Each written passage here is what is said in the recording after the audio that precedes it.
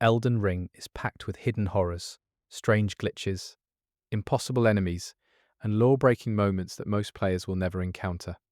And this video covers all of them. Before I move forward, I'm counting on you to support my channel by clicking that tiny subscribe button so that we can spread these amazing videos to folks like you around the world. Thank you.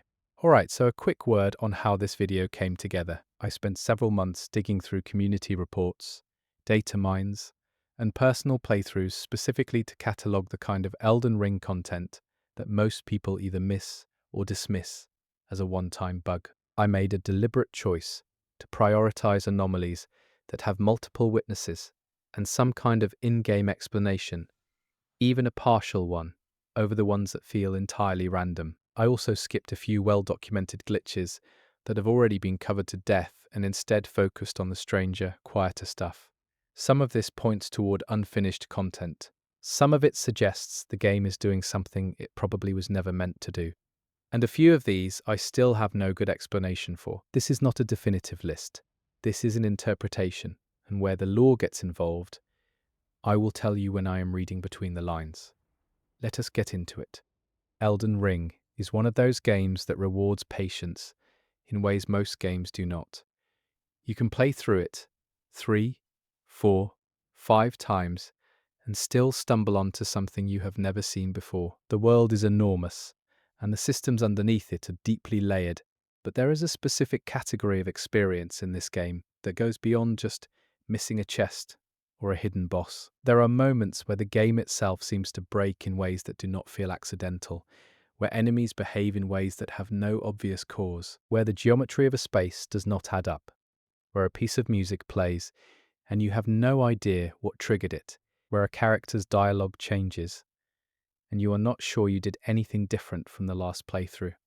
These are the anomalies this video is about, not bugs in the boring sense, not frame rate drops or clipping issues, the weird stuff, the rare stuff, the stuff that suggests there is more happening underneath the surface of the lands between than most players ever get to see.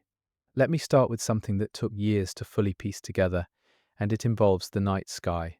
The night sky and the frenzied flame.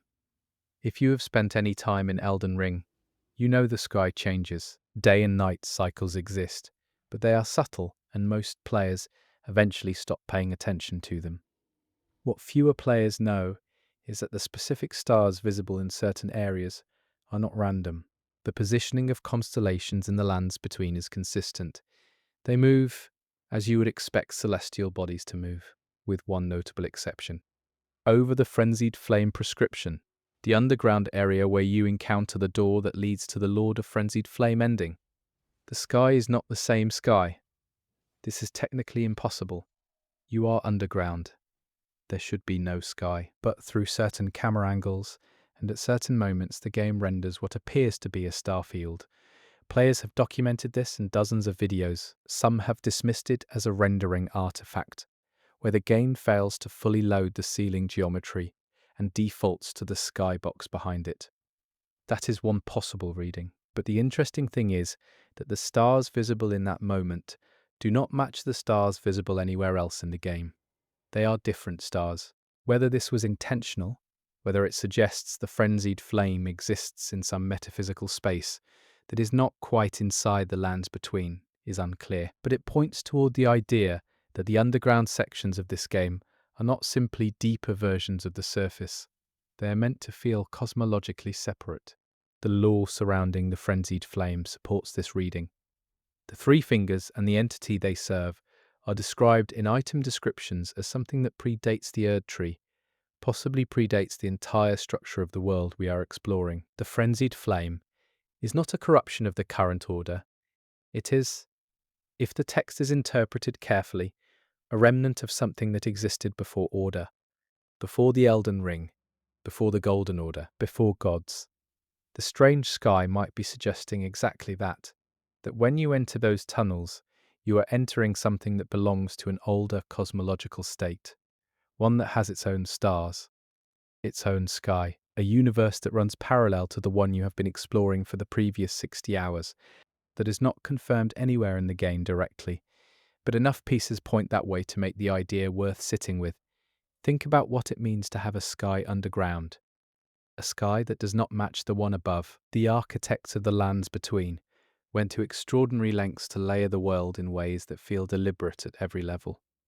The Erd tree's light reaches into the ground as roots. The Siofra River has a simulated sky of its own, a dome of darkness dotted with flames that serve as artificial stars. The deep-root depths sits beneath all of it in a place that feels like the bottom of the world, and yet the frenzied flame prescription feels lower still. Like it sits beneath the bottom, like it exists in a gap between the world and whatever the world is resting on. The three fingers appear there. They reach upward through a door, and when you accept their embrace, you take on a purpose that the rest of the game's factions would call destruction. The frenzied flame is defined in opposition to everything the Erd tree represents. It is entropic rather than ordered. It dissolves rather than grows. And it has its own sky. That detail, that quiet, probably accidental detail that most players never look up long enough to notice, fits its cosmic role exactly. Whatever the frenzied flame is, wherever it came from, it is not from here.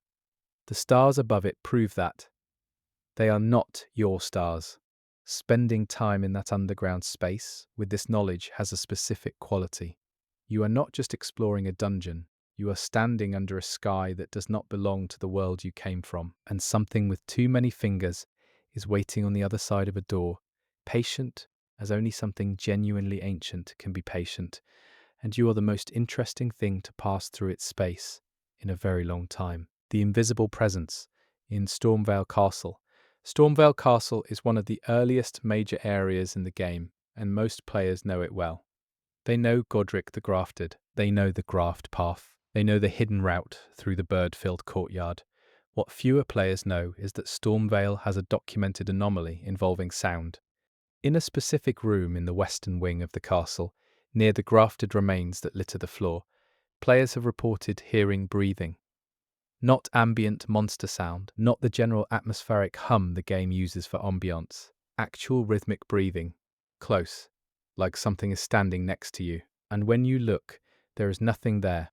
This has been reported enough times that it is not simply individual players having an audio hallucination. Data miners have investigated the audio files associated with that room and found that there is indeed a breathing track loaded for that specific area. What is strange is that the entity associated with that audio, based on the file structure, appears to be a character ID that does not correspond to any known enemy or NPC in the final release.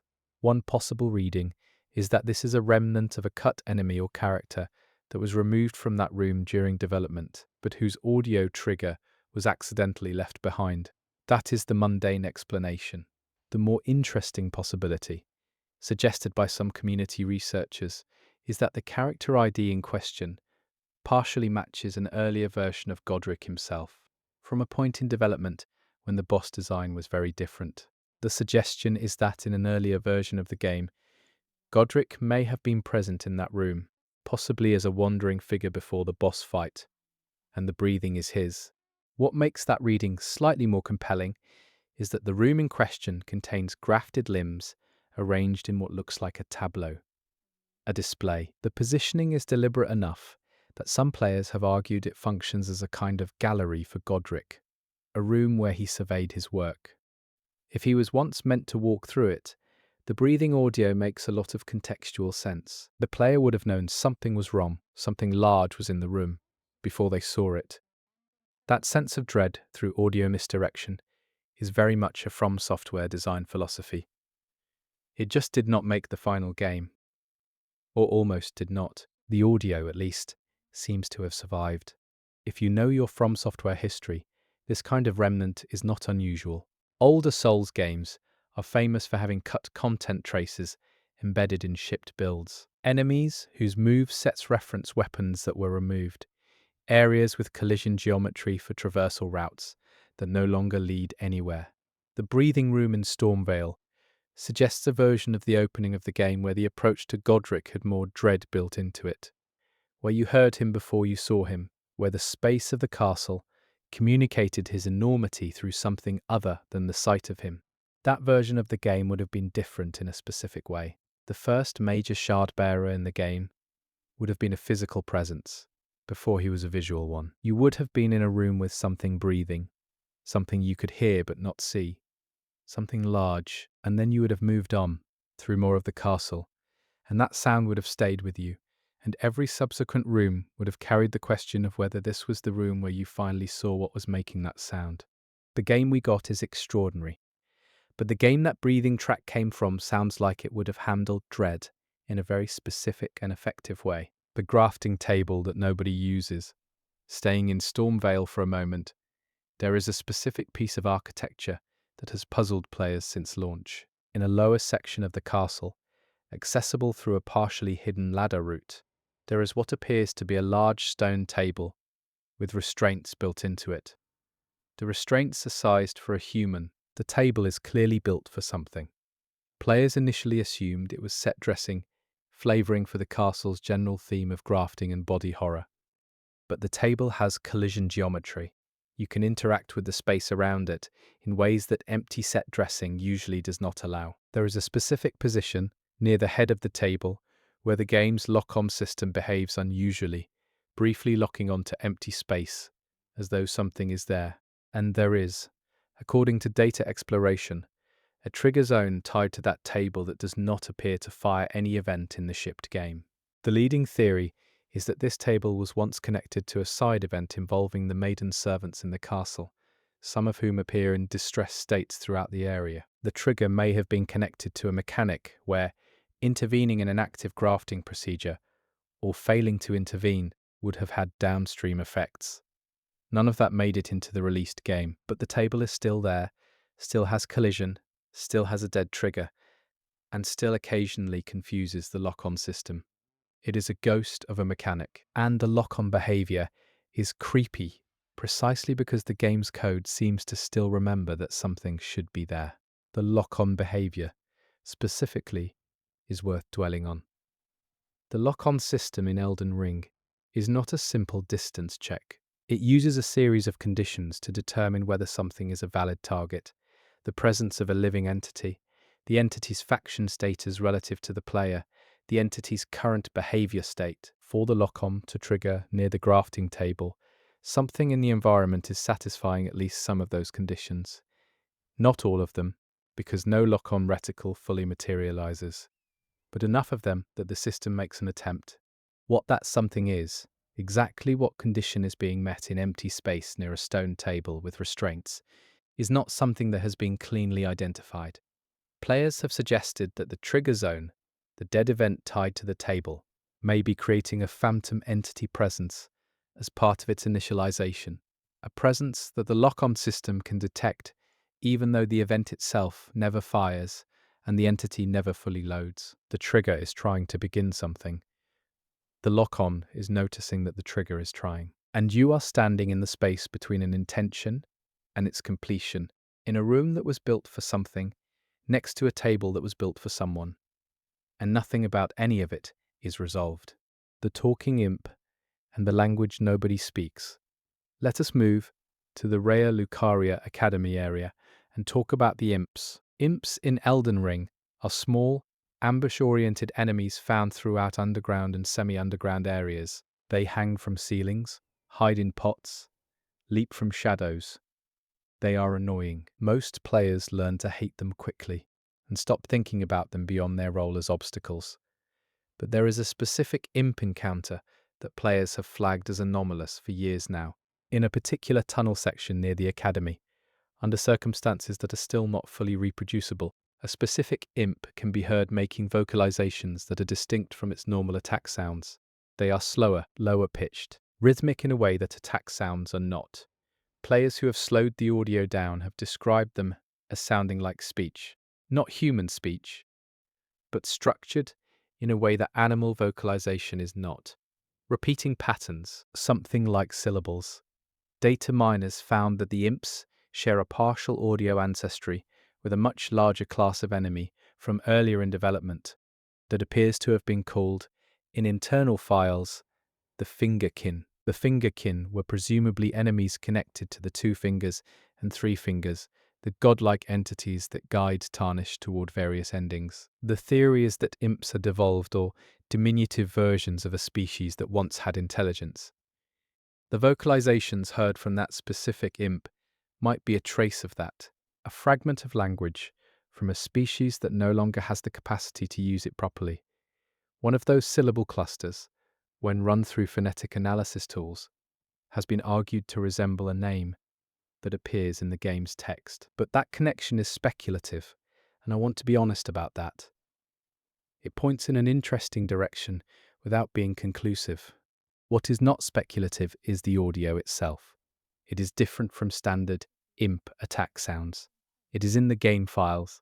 It plays under conditions nobody has fully mapped. And the finger-kin connection in the data is real, whether that is meaningful or a leftover from an abandoned design concept is something each player has to decide for themselves. The broader context around imps in the Elden Ring world is genuinely interesting on its own terms before you get into Anomalies. They inhabit the spaces between human civilization and whatever existed before it. The catacombs, the tunnels, the spaces beneath. In a world where the Erd Tree's grace determines who is blessed and who is not, the imps fall entirely outside that system. They are not undead in the Elden Ring sense. They do not benefit from the sight of grace's restorative function the way enemies do. They are something else, something outside the structure of divine grace entirely. If they are the remnants of the fingerkin, then they are the remnants of creatures who served a cosmological power that predates the current divine structure. The three fingers existed before the two fingers, if certain interpretations of the law are to be believed.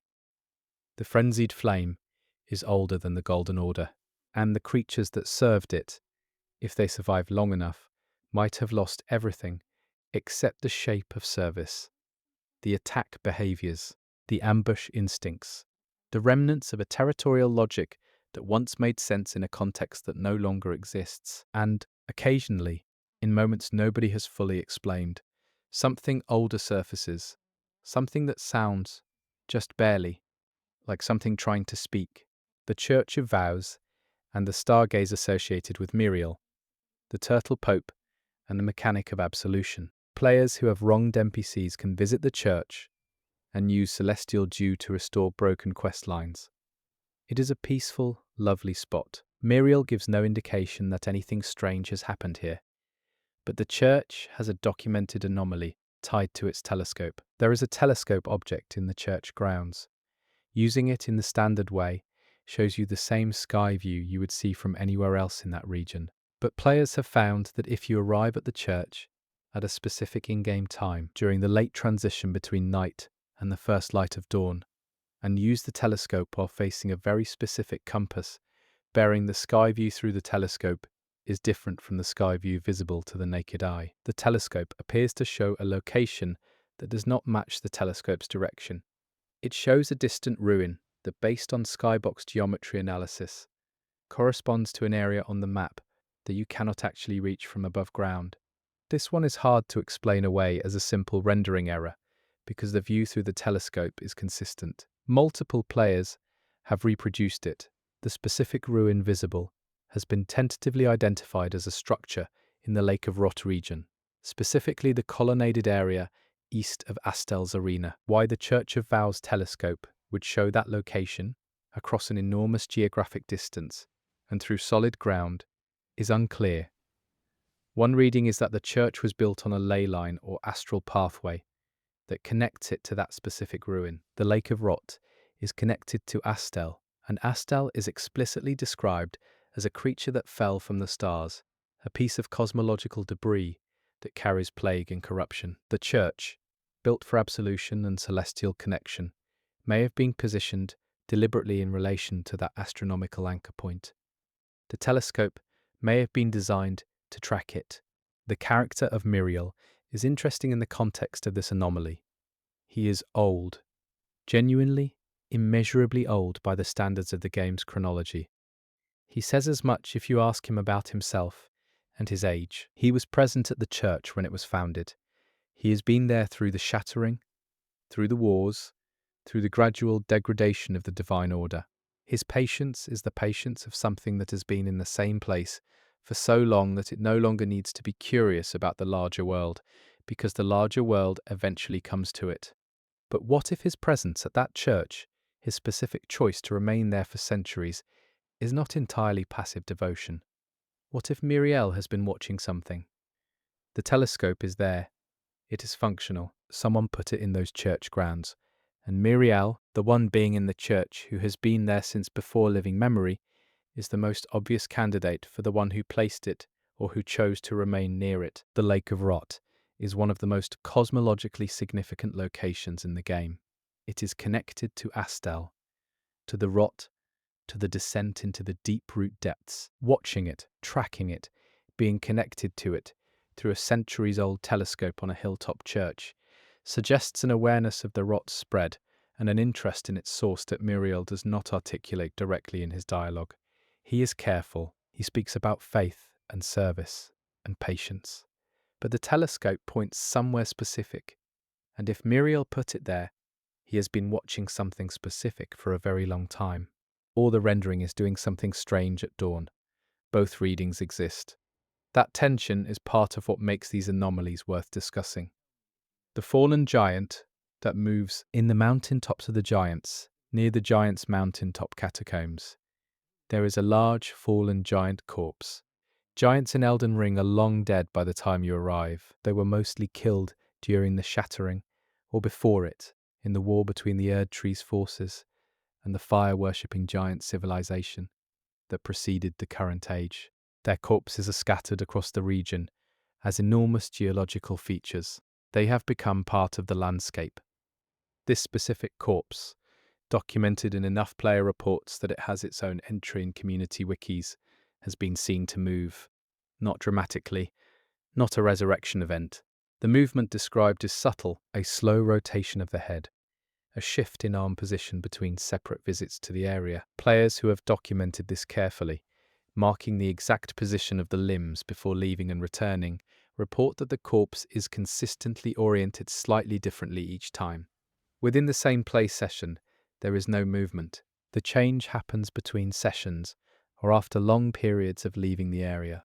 The unsettling part is the data miner's finding on this one. The giant's corpse has an active physics skeleton, not a static mesh, which is what every other dead giant in the game uses. The physics skeleton is live, meaning the game is actively calculating how it would settle, based on gravity and environmental forces. For a dead giant that has presumably been lying there for centuries of in-game time, this is strange.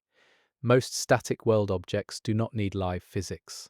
The fact that this one has it suggests it was either intended to move at some point in the story, perhaps falling over or settling during a specific event, or it is a leftover from a point in development when giants were planned to be interactable or animatable corpses. The slow positional drift is probably physics settling over time in an unusual way, but the fact that it is technically alive, in the sense that the game is running calculations on it, gives the whole thing an uncomfortable texture. You are not standing near a dead thing. You are standing near something the game still thinks of as potentially in motion. The giants themselves deserve more attention in the context of this anomaly. The giant civilization that occupied the mountaintops was old, genuinely ancient.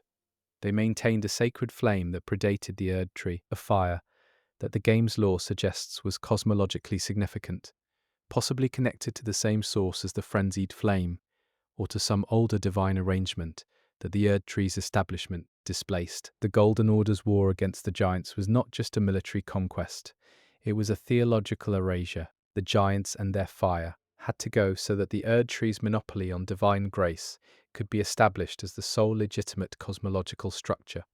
The last giant you fight, the chained fire giant, is the keeper of the flame that was never extinguished. He has been kept alive specifically to light the Erd Tree when the time comes, kept alive by the civilization that destroyed his people, maintained by the divine order that killed everyone he knew, and the corpses of his people are scattered across the mountains he once shared with them. A corpse that keeps moving, that the game keeps calculating physics for, that has not fully settled after thousands of years, suggests something. Not necessarily that the giant is alive in any meaningful sense, but that the game is treating it differently from all the other dead things in the world, that it is not ready to call this one fully static. Something in the logic of that space insists on keeping one of these bodies in motion.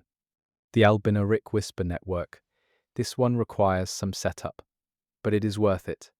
Albinorics are one of the most tragic NPC categories in Elden Ring. They are an artificial race created by the Cuckoo Church or its predecessors, humanoid beings who are given life through sorcery, but not given the same standing as natural-born peoples of the lands between.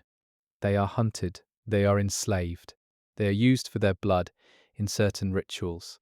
Their culture, to the extent they have one, is fragmentary and persecuted. Latenna the Albinoric, one of the game's most memorable side characters, is on a desperate mission to deliver something to the last Albinoric holdout, a community hidden in the mountain tops of the giants. Here is the anomaly. There are Albinoric enemies in several locations across the game, lower Albinorics and upper Albinorics, distinguished by their form and their abilities. They are classified as enemies and will attack the player. Standard stuff. But player behavior analysis has documented something odd about their patrol patterns in multiple locations. Albinoric groups in different zones, when undisturbed by player presence, follow patrol routes that are not random. They follow specific circuits, and those circuits, when mapped, connect to each other in ways that suggest the groups in different areas are following a coordinated network. The patrol in Liurnia follows a route that, if extended, would lead toward a route in Lanedale. The Lanedale group's route, similarly extended, would connect toward the Mountain Tops group. It is as though, if you remove the walls between areas and let them keep walking, they would eventually all arrive at the same place. That place, if the lines are traced on a map, points roughly toward Latenna's destination, the village of the Albinorics in the Mountain Tops region. One possible reading is that these patrol routes are a vestige of a design intention where Albinorics were meant to be fleeing towards safety, and the player, by interacting with certain ones or completing Latenna's quest, was meant to trigger or witness something related to their migration. Whether that was ever actually designed, or whether the route coordination is a coincidence, produced by natural geometric constraints on patrol pathing in those areas, is impossible to confirm. But the convergence of those routes is real and documented, and it points towards an idea about Albinoric community and survival that the game does not quite make explicit anywhere else. The deeper tragedy of the Albinorics, in this context, is worth considering. They were created by people who needed them for something.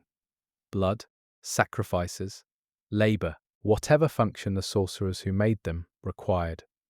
And having been created, having been given enough life to have something like culture and community, they are hunted by a civilization that considers them less than full persons. The villages they establish are always under threat. The one in the mountaintops is specifically a final refuge, the last place, the end of the route that all those converging patrol lines seem to be pointing toward. Latenna's mission is to deliver something that might protect that community. She does not know if she will make it. She does not know if it will work.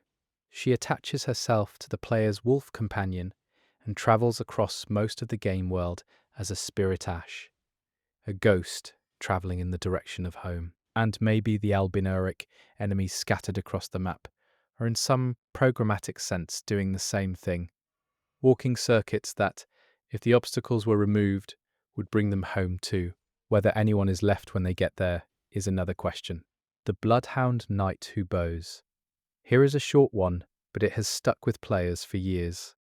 Bloodhound Knights are aggressive, animalistic enemies found at several points in the game. They move on all fours, they lunge, they are fast and disorienting. They are not described as having much in the way of behavior beyond hunting. They have been feral since their masters died or abandoned them, presumably. The lore around them describes a kind of tragic devolution from knights with a code to creatures with only instinct. But one specific bloodhound knight, located in Faramazula, has been documented pausing before attacking and performing what players have identified as a bow animation. A genuinely courteous bow, hands placed at sides, a forward inclination of the torso, a brief pause before resuming attack posture.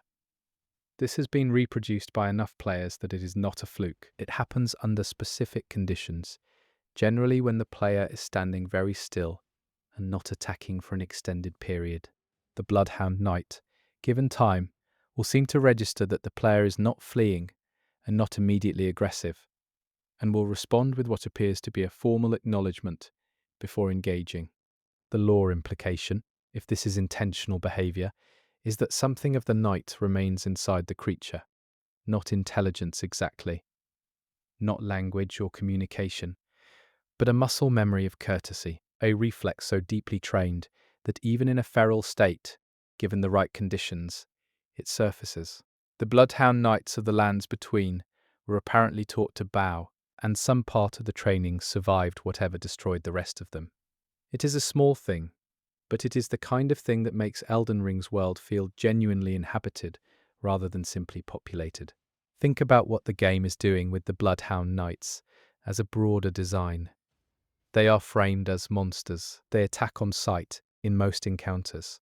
They behave with enough animal ferocity that any initial contact with one is pure threat and survival response. But the game is quietly insisting, through details like this. 1. That they are more than that whatever happened to them was something done to them, rather than something that was always true of them. Fara Mazula, in particular, has this quality throughout. It is a place outside of time.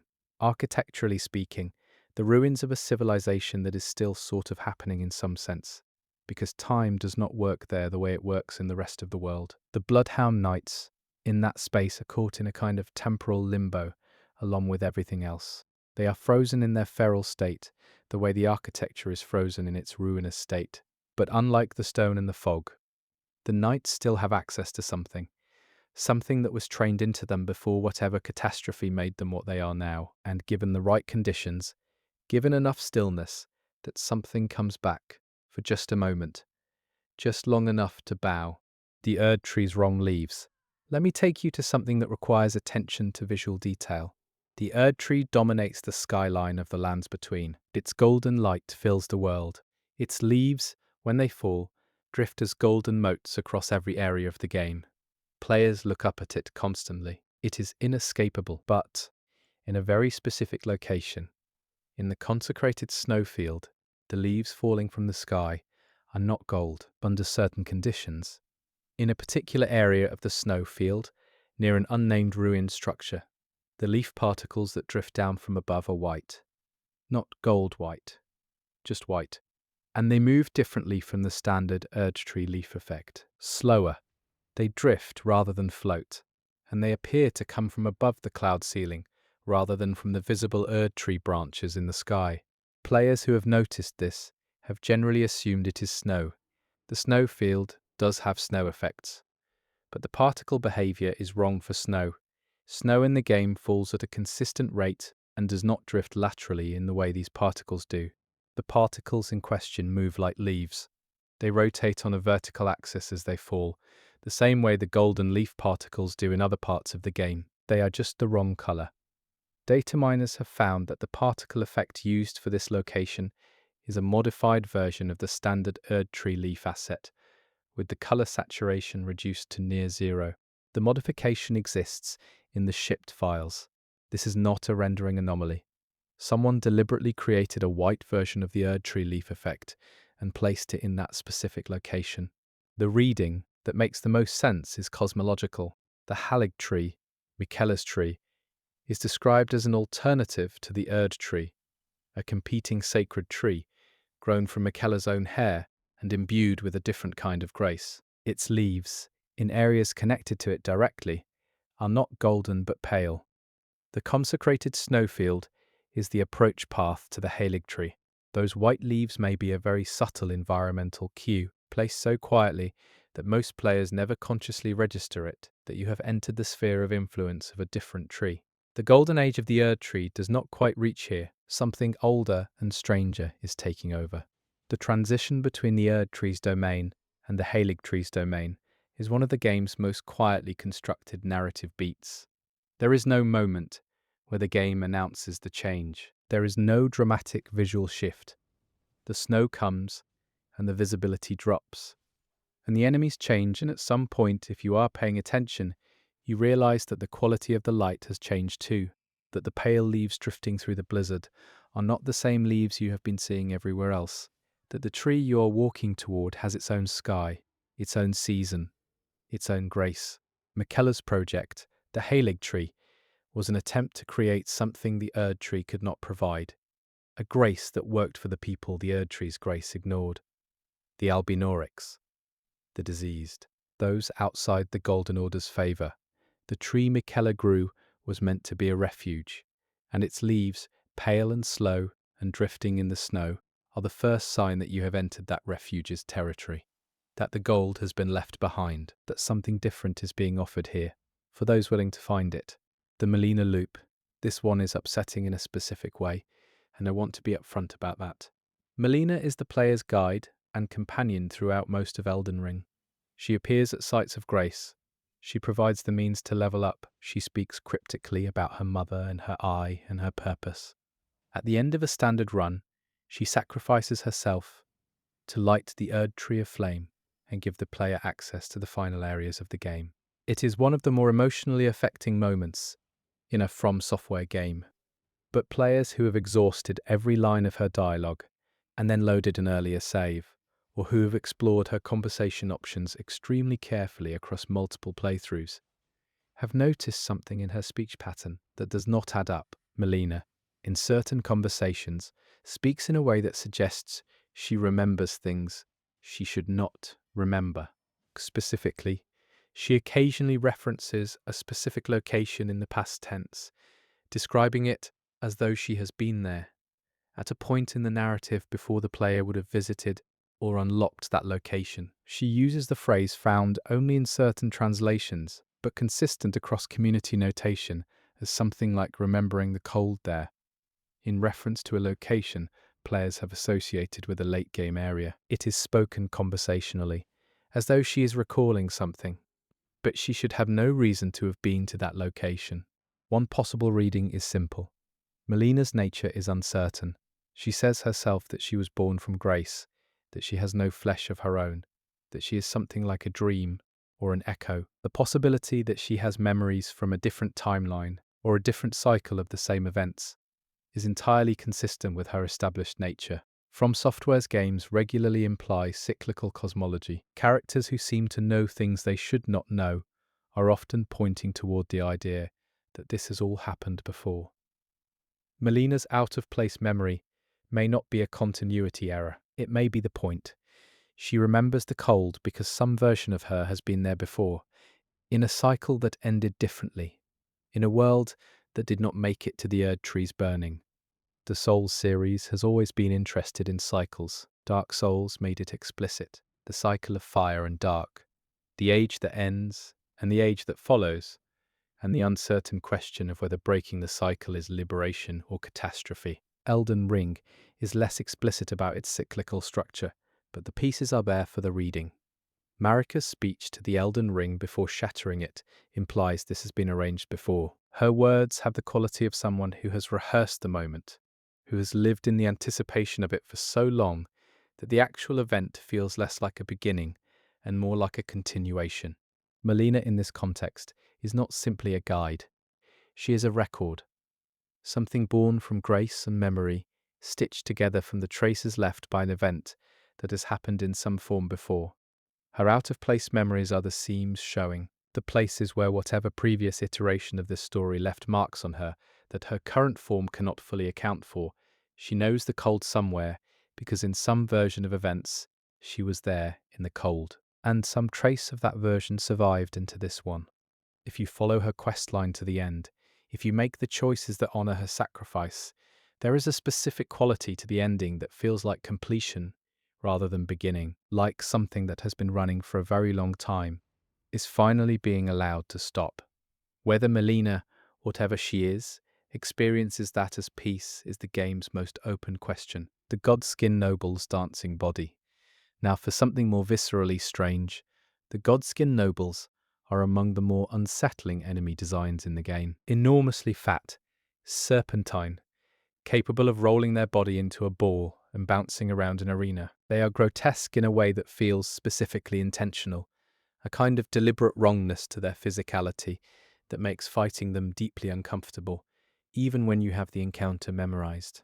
But there is a specific post-death behavior documented for the Godskin Noble in the Volcano Manor version of the encounter that goes beyond what you would expect. After being killed, if the player does not rest at a site of grace and instead explores the room, the noble's body will, under conditions that take multiple minutes of standing in the room to trigger, begin to move. Not a resurrection. The health bar does not return. It is specifically the loose fat folds of the body that begin a slow rhythmic oscillation that a number of players have described very consistently as dancing. The movement is small and slow. It looks like a very gentle wave passing through the body's flesh. Rhythmic, periodic. If you are not looking for it, you might miss it. But players who have spent time in that room have documented it extensively. The data explanation found so far is that the noble's body, like the giant mentioned earlier, retains a physics skeleton after death. The physics skeleton has some kind of oscillation driver attached to it, possibly a heartbeat simulation designed to make the character look alive during combat. And that oscillation does not fully stop at death. It continues at a reduced amplitude. The ripple through the body is the heartbeat physics asset, running on a corpse. But the noble is not described as alive in any biological sense. The Godskin apostles and nobles serve the gloam-eyed queen, and their bodies are described as having been taken from natural death and reshaped. They are, by the game's own lore, people who have been converted into something that should not be possible. The heartbeat physics asset running after death could just be a technical oversight. It could also be suggesting that something in the noble persists past what should be a natural stopping point, that something in there does not know it should stop. The Godskin apostles and nobles have a specific relationship to death that makes this anomaly more interesting in context. They wear the skins of gods. Their entire design is about the wrong relationship between body and identity, between the outside of something and what is inside it. The gloam-eyed queen, their patron, is associated with an older divine order that predates the Erdtree's establishment, and the Godskin practitioners are in some sense agents of that order's persistence. They keep something alive that the current divine structure has tried to bury. A body that keeps moving after death, gently, rhythmically, as though something inside it remembers motion, fits that cosmological identity. These are not normal dead things. They are vessels for something that the game's power structures have tried and failed to fully kill. The oscillation after death is the failure mode made visible, standing in that room, long after the fight, watching the body gently move in the silence, is one of those Elden Ring moments that has no equivalent in other games. It is not a jump scare. It is not a boss resurrection. It is just something continuing to be alive in a space where you expected everything to finally be still. The message that should not be there. Player messages in Elden Ring are a central mechanic. Other players leave notes on the ground, praising, warning, trolling. The system is beloved. Most players have come to read messages with an appropriate mix of trust and skepticism. But there is a documented category of message that does not behave like a standard player message. In a few specific locations, players have reported finding messages written in the standard player message format that cannot be rated. The thumbs up and thumbs down options do not appear. The message exists, but the interaction UI is incomplete. The text of these messages has been consistent across player reports. They are not random. They say specific things that players have noted feel different in tone from typical player messages, more directly informative, less ironic. Data investigation suggests that these messages are not player-generated. They appear to be seeded into the game world as static objects, permanent messages placed by Bandai Namco or From Software, as developer hints or early design artifacts that were never removed. The content of the messages is what makes them interesting. They reference specific events using language that suggests knowledge of narrative events the game does not explain explicitly. One of these messages, found in a specific location in the Deeproot depths, uses a term for a character in a way that implies a different relationship between that character and another major NPC than the game ever confirms directly. The content of developer messages in From Software games has always been fascinating. In earlier Souls games, Miyazaki and his team seeded specific messages into the world to guide players without the overt signposting of traditional tutorial systems. The tradition of readable environmental storytelling through in-world text, rather than cutscene exposition, goes back to the original Demon's Souls design philosophy. These developer messages in Elden Ring are operating in the same tradition, but in a context where the player message system is so well established, the developer messages can blend in, almost invisibly. The message in the deep-root depths is the most interesting because its content points toward a relationship in the lore that the game handles obliquely. It implies familiarity. It uses a relational term, which in the translation community has been passed as indicating a bond of service or devotion, rather than kinship or authority, to describe the connection between two named entities. If that reading is correct, the message is not just a developer hint, it is a piece of lore that exists only in this message, a fragment of the world's history that made it into the shipped game through this channel and through no other. Whether that was intentional is the question. Someone typed that message, someone placed it in that location, in the deep-root depths, and then either it was forgotten or it was deliberately left there as something for the right kind of player to find. The irreducibility of the deep-root depths as a location, the fact that very few players go there and fewer still stop to read messages when they do, makes the latter possibility more interesting. It is the kind of hiding place you choose when you want to be found by exactly the person who is looking hard enough. The walking mausoleums, and what they carry. The walking mausoleums are one of Elden Ring's most visually spectacular features. Enormous stone structures, built on the legs of colossal creatures, wandering the landscape carrying the preserved bodies of the shard-bearers or their associates. Players use them to duplicate remembrances. They are practical and they are strange, and they feel like exactly the kind of thing From Software puts into a game to make you feel like you understand the world less than you did before. But there is a documented anomaly tied to one specific mausoleum that is worth discussing carefully. The walking mausoleum in the Weeping Peninsula, early in the game, follows a circular route. Standard behavior. Players knock the barnacles off the legs. The creature kneels. They access the interior. Normal. But several players have documented that the interior of this specific mausoleum, on very rare occasions, contains something it should not contain. The duplicate mechanic inside is standard, but the body in the stone sarcophagus, which is typically an anonymous preserved figure, has on these rare occasions been described by players as appearing to wear specific garb that players have identified as connected to a questline that the player would not yet have encountered at the point in the game where this mausoleum is typically visited. The reproducibility of this is low. Not everyone sees it. Not everyone who visits the mausoleum multiple times triggers the variant. The leading theory is that the body's appearance in this specific mausoleum is affected by a world state variable tied to a quest line that the game does not advertise the connection to. If you have done certain things in a certain order, the preserved body in this particular stone coffin shows you something different. What that something different means for the questline in question is a matter of community debate that has not been fully resolved. What is not debated is that the body appearance has variable states. It is documented in the game's asset data. The mausoleum is checking for something in your world state before it decides what to show you inside. The idea of a walking mausoleum as a living archive is one of the most fascinating aspects of this structure's design. The creature that carries it is enormous and silent. It walks a circuit with the patience of something that has no concept of time the way we do. It carries the dead. It preserves them. And apparently, in at least one case, the preservation includes information about who you are and what you have done. The corpse inside adjusts to your history, whether this is unfinished, world state logic, left exposed in the shipped game, or a deliberate mechanic that simply never received documentation is unclear.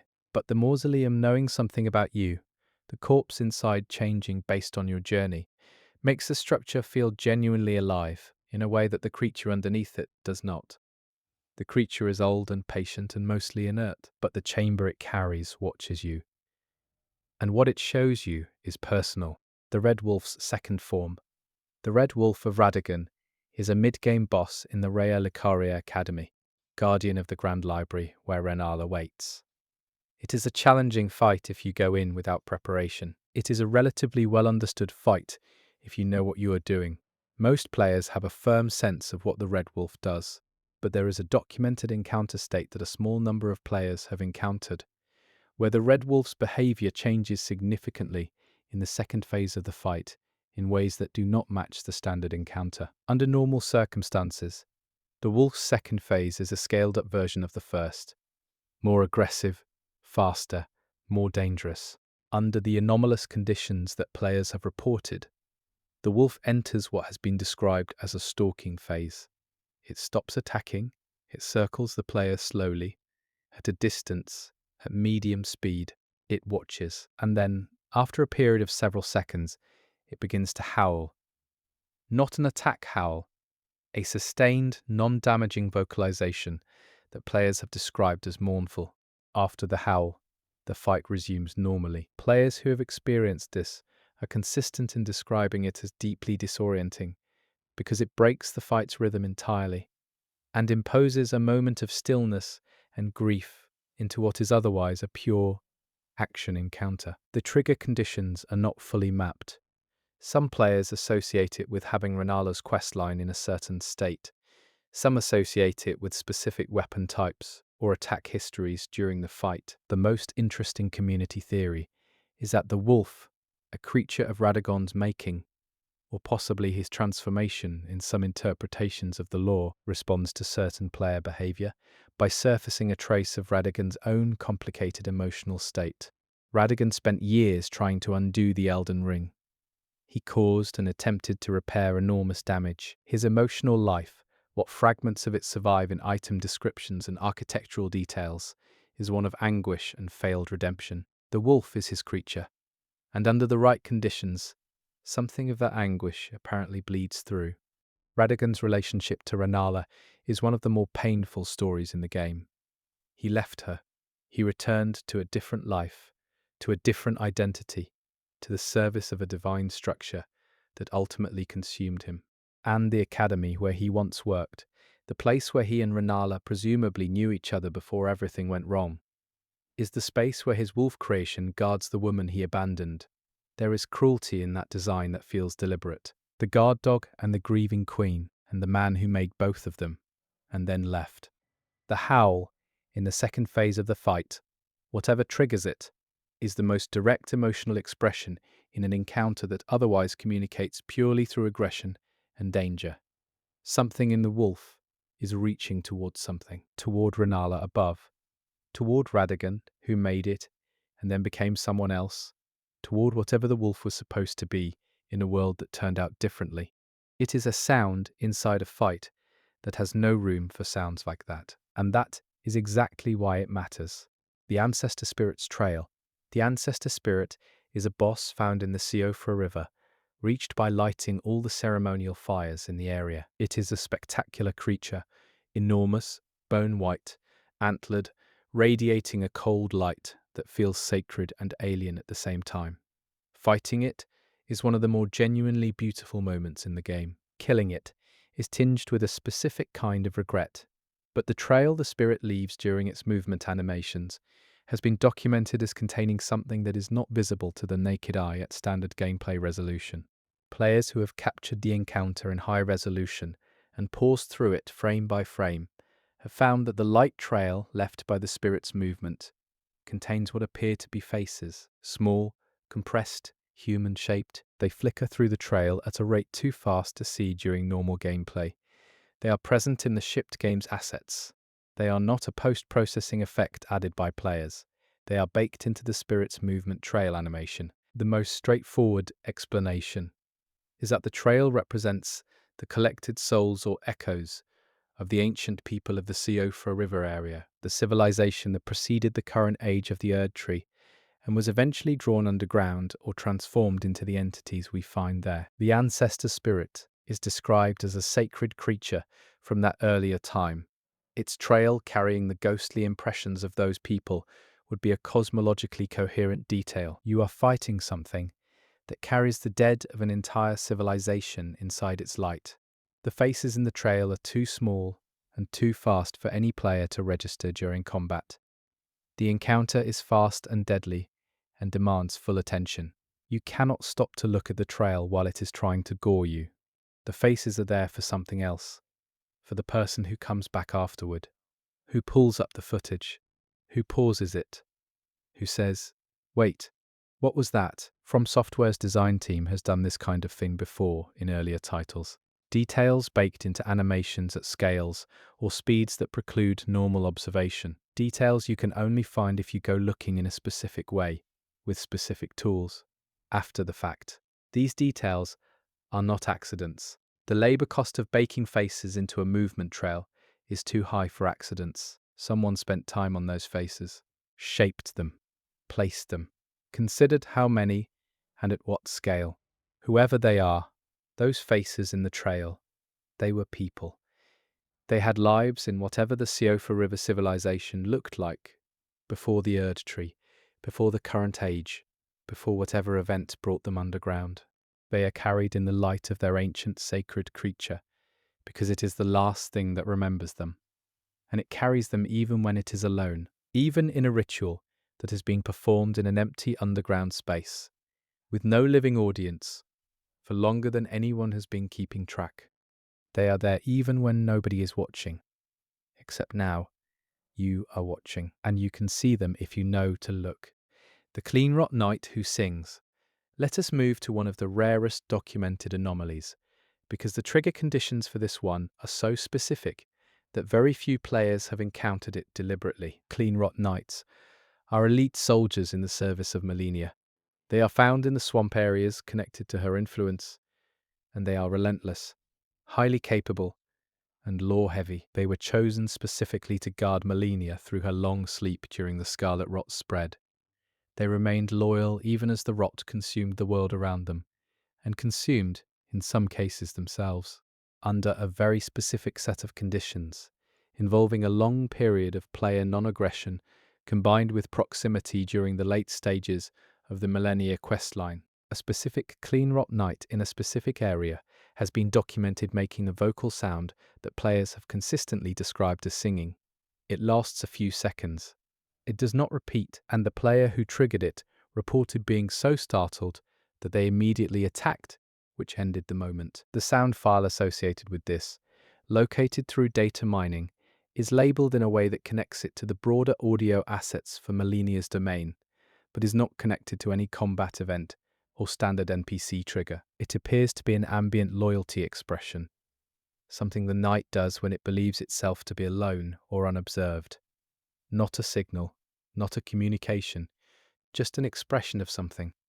Grief, possibly, given the context, or devotion, something human surfacing inside a soldier who has spent years guarding a sleeping god in a rotting swamp. The Clean Rot Knights have given up more than almost any other character type in the game. Their devotion to Melania is total. They stayed when the rot spread. They stayed when the land died. They stayed when any reasonable calculus of self-preservation would suggest leaving. They are defined entirely by remaining, by the decision made at some early point, before the spreading, before the rot, when they chose service above every alternative.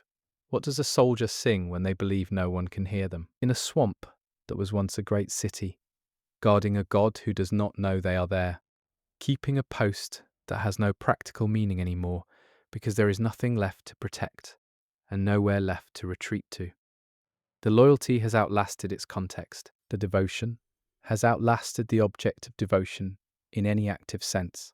What is left is just the practice of it, the continuation of it, the sound of it, small and brief, in an empty swamp.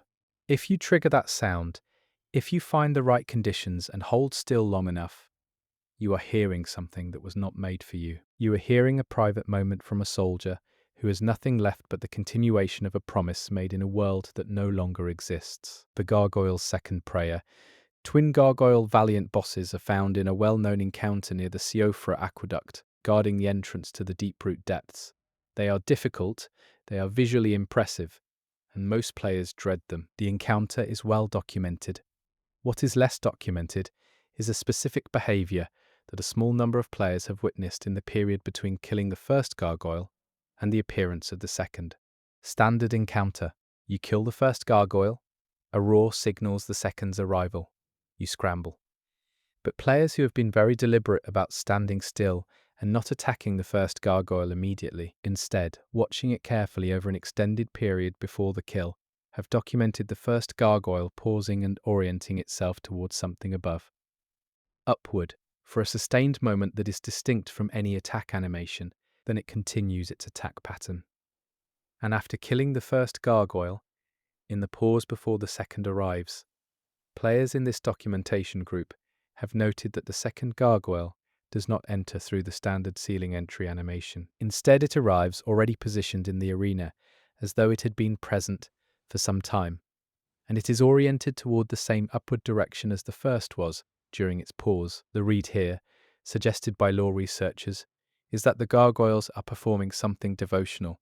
They are described in item text as warriors who serve the Erd tree or its associated divine structures through a form of martial piety. The pause and upward orientation may be a prayer, a brief devotion before battle. That the second gargoyle is already in the same orientation when it appears suggests the two were performing this devotion together, above the visible arena, before the encounter triggered. The gargoyle design in Elden Ring is interesting because it sits at the intersection of two traditions that are usually separate. The gargoyle as a protective architectural element, a warding figure placed at the boundaries of sacred space to protect it from intrusion, and the gargoyle as a devotee, a creature whose existence is itself an act of worship. They were not simply placed in those spaces, they chose to guard them, or something that passes for choice in a being like that. The upward orientation, the prayer gesture, suggests that whatever they are devoted to is above them, not physically above the aqueduct arena, cosmologically above, the Erd tree, the greater will, the structure of divine grace that they have given their existence to, protecting. They pray to it before they fight. They orient toward it in the moment before violence, because the violence is in service of it, and they want to be clear about that. They want to be, in their own terms, right with it before they begin. You are interrupting that. When you enter the arena and the fight begins, you are ending a devotion. The gargoyles are not aggressive toward you as a matter of instinct. They are defending something sacred from something that has come to profane it. In that context, their ferocity makes a different kind of sense.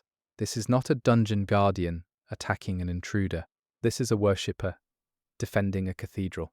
The way the fire giant breathes when he thinks you're gone. The fire giant is a pivotal boss in Elden Ring's narrative, the last of his kind, the keeper of the flame that will eventually burn the Erd tree. He is chained. He has been chained for a very long time.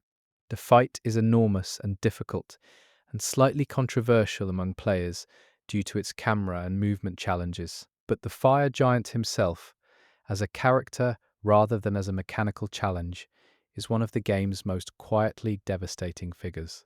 There is a documented anomaly tied to the beginning of his encounter that speaks to this. Players who approach the fire giant's arena slowly, from a specific angle, without triggering his aggression, have documented a pre-aggression idle behavior that is not visible during a standard approach. The giant, before he knows you are there, is hunched over. His head is bowed, his breathing, which is audible from a fairly large distance, because he is enormous, follows a pattern that players have described as laboured, heavy, not the battle-ready breathing of an enemy preparing to fight, something slower and more defeated. And then he becomes aware of you, and everything changes. His posture shifts, his head rises, and you are fighting. That pre-aggression state is brief and easily missed, because most players approach the arena already in combat mentality, but players who have watched it say it reads as exhaustion, as grief, as an ancient creature that has been chained in place for thousands of years, sitting in the snow at the top of the world, waiting for the one thing he was kept alive to do, to die, to have his flame taken. the last act assigned to the last of a people destroyed by the gods he was made to serve. The fire giant's role in the game's narrative is one of the most structurally strange things in Elden Ring. He is mandatory. You have to kill him to proceed. There is no version of the story where he is spared or reasoned with, or where the flame he carries is obtained another way. The game puts you in a space with the last survivor of a civilization that was destroyed to make room for the current one, chained in the snow, waiting. And it says, kill him, take what he carries, move on. Most players do not pause to think about this because the fight is difficult enough to occupy all available attention. But on subsequent playthroughs, knowing what is coming, watching that pre-aggression state, the laboured breathing in the snow, the hunched figure before it knows you are there, the enormity of what you are about to take from someone who has nothing left to give and has been waiting here forever to give it, lands differently. The game gives you no alternative. That is deliberate. You are the agent of the old crime. You are the Erdtree's mechanism, and the last of the giants, breathing heavily in the snow, is waiting for you to finish what the gods started.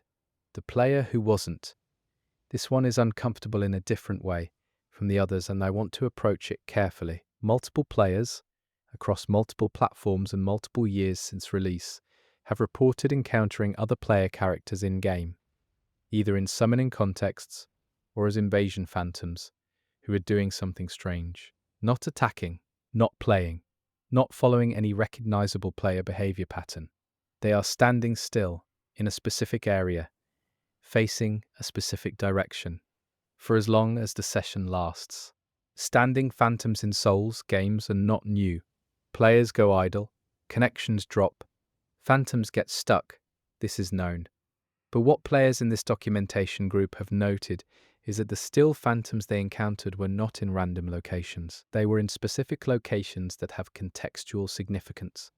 Near a letter, near a body that has story relevance, near a door that does not open, in positions that, if you imagine the phantom as a deliberate observer rather than a stuck player, suggest awareness of something in the environment.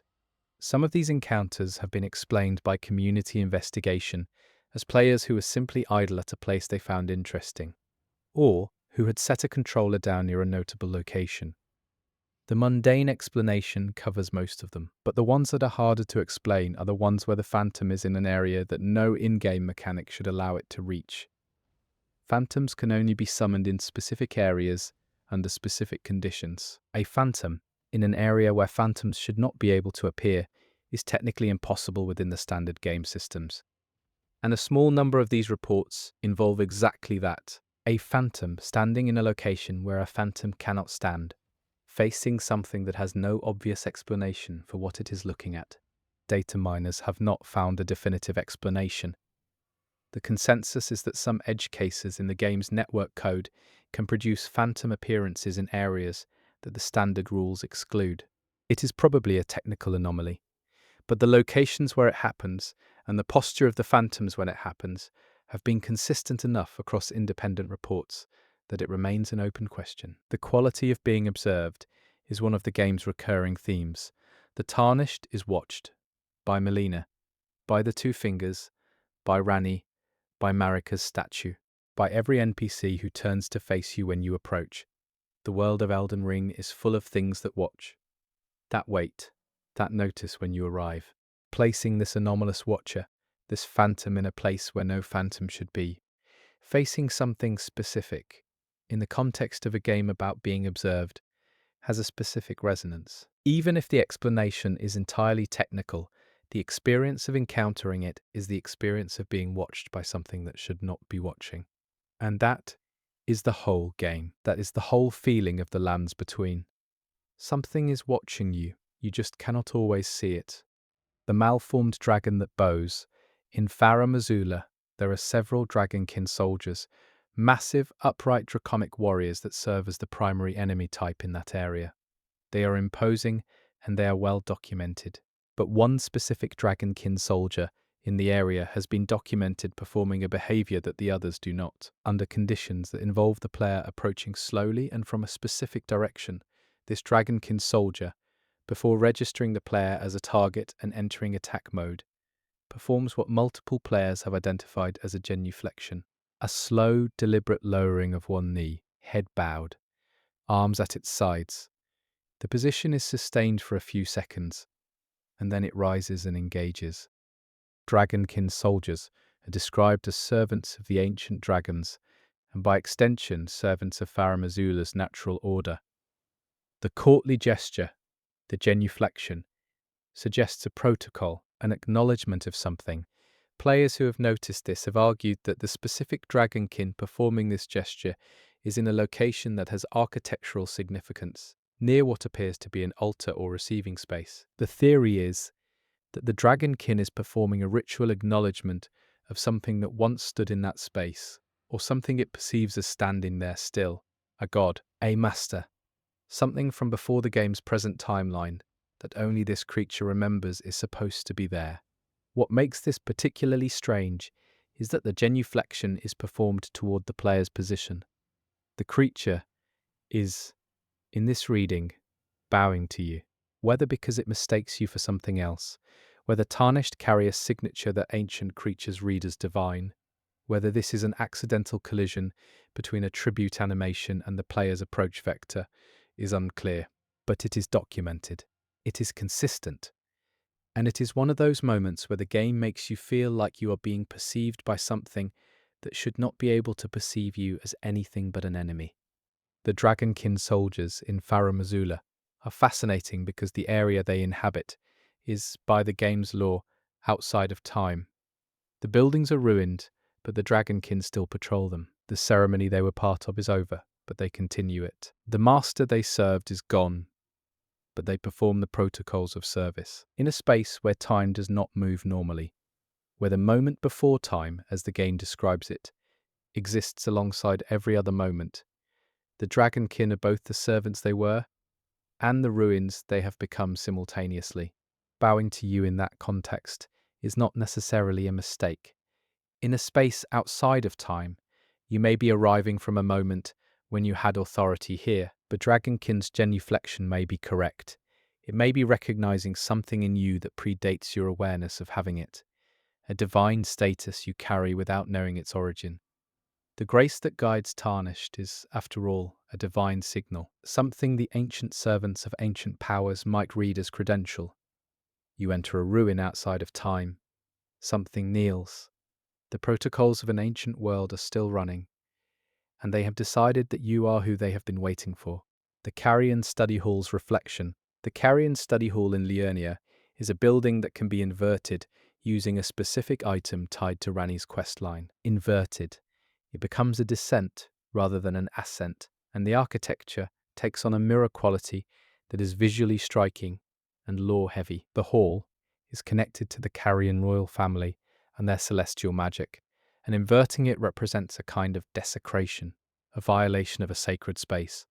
But there is an anomaly in the non-inverted version of the hall that some players have noted. In the normal, upright hall, before using the item that inverts it, if the player looks down at specific reflective surfaces in the building's decor, the reflection does not show the standard player character or the standard rune geometry. It shows something different. The reflection shows the hall as it would appear if it were already inverted. The architecture in the reflection is upside down. The player character in the reflection is oriented incorrectly relative to the physics of the room. This is subtle and easy to miss. Most players run through the hall, note the aesthetic, use the item, and move on. But players who have taken time to look at the floor surfaces before triggering the inversion have documented this consistently.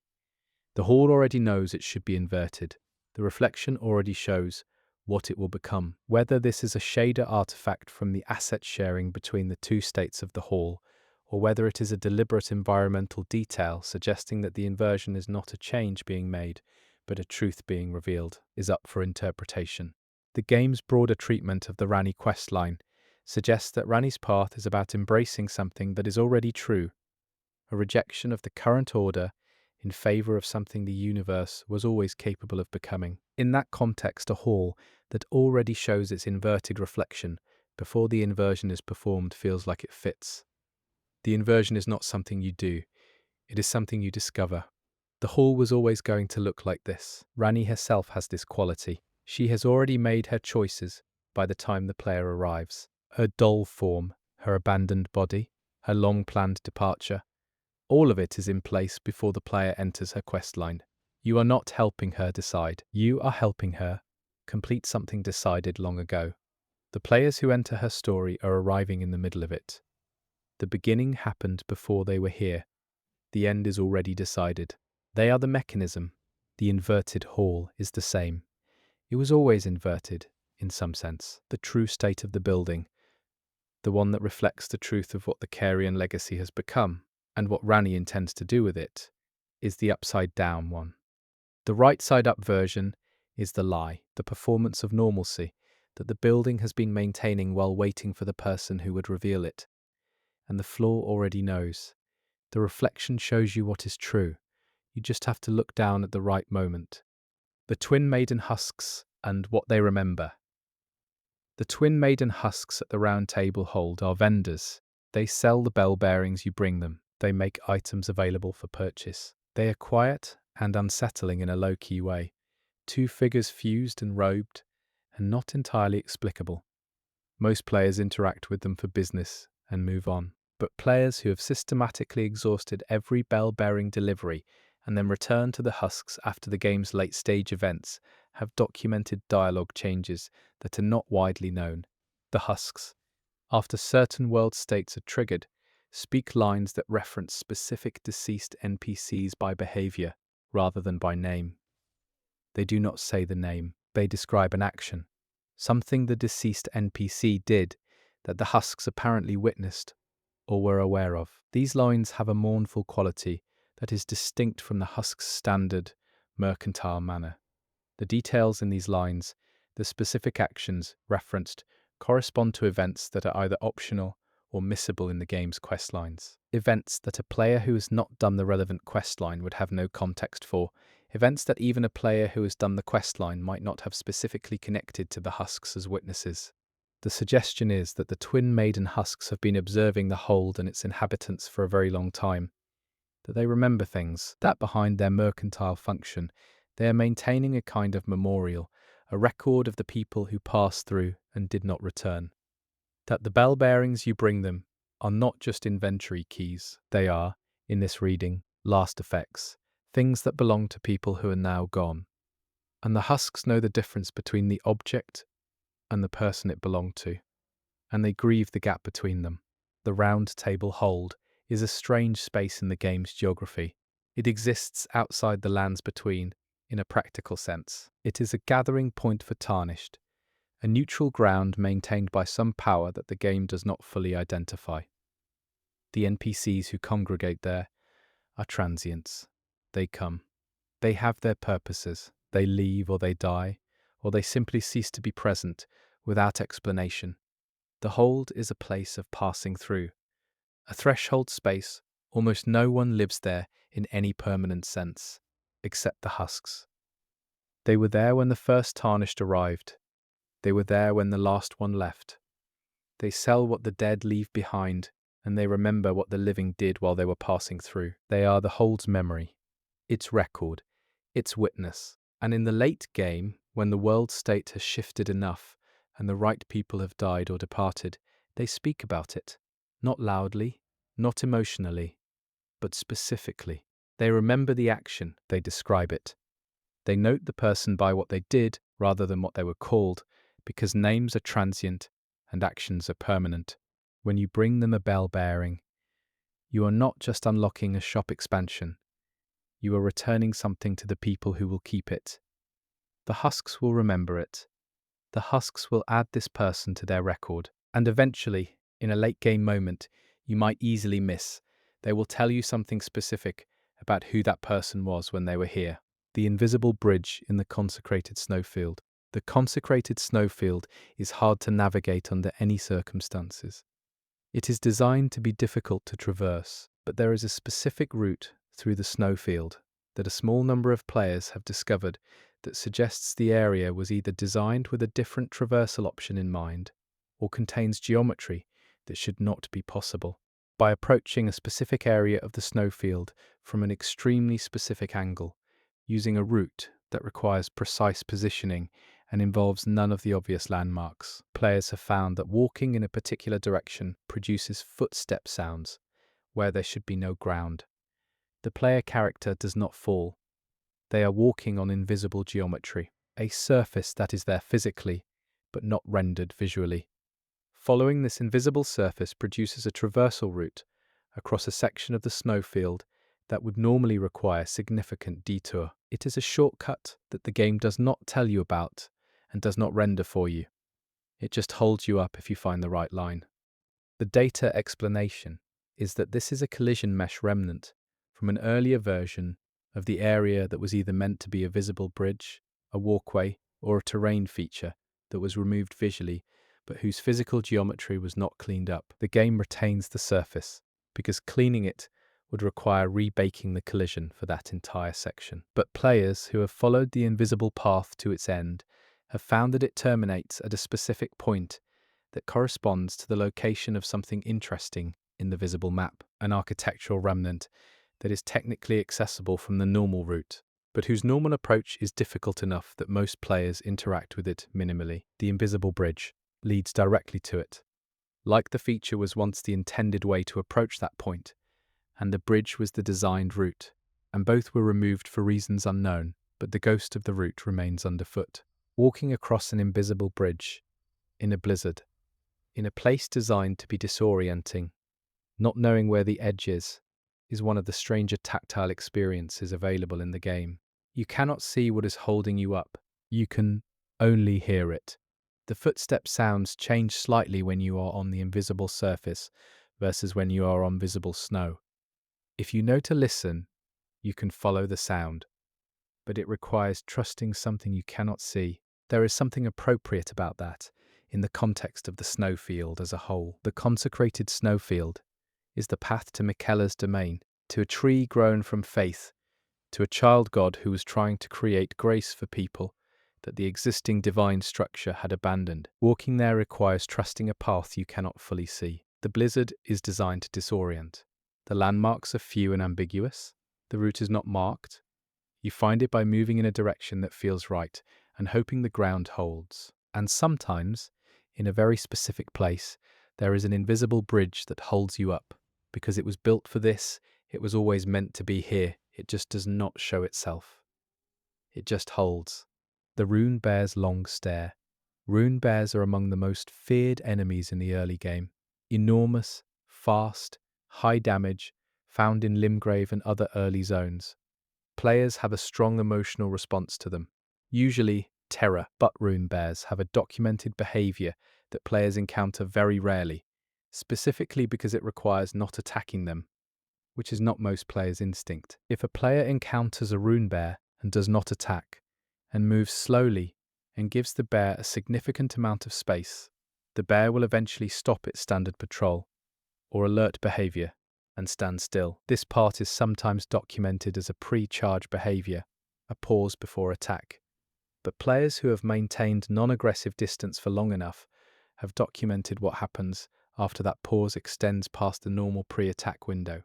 The bear sits down, not collapses, not falls over, sits, in the way a large animal that has decided to rest would sit, front legs forward, body weight settled. And it watches the player. For as long as the player stays at distance and does not attack, the bear simply watches. Players have maintained this standoff for extended periods. Minutes. The bear does not resume patrol. It does not charge. And if you move close enough to trigger its aggression threshold, it stands and attacks. But if you hold the distance, it sits and watches.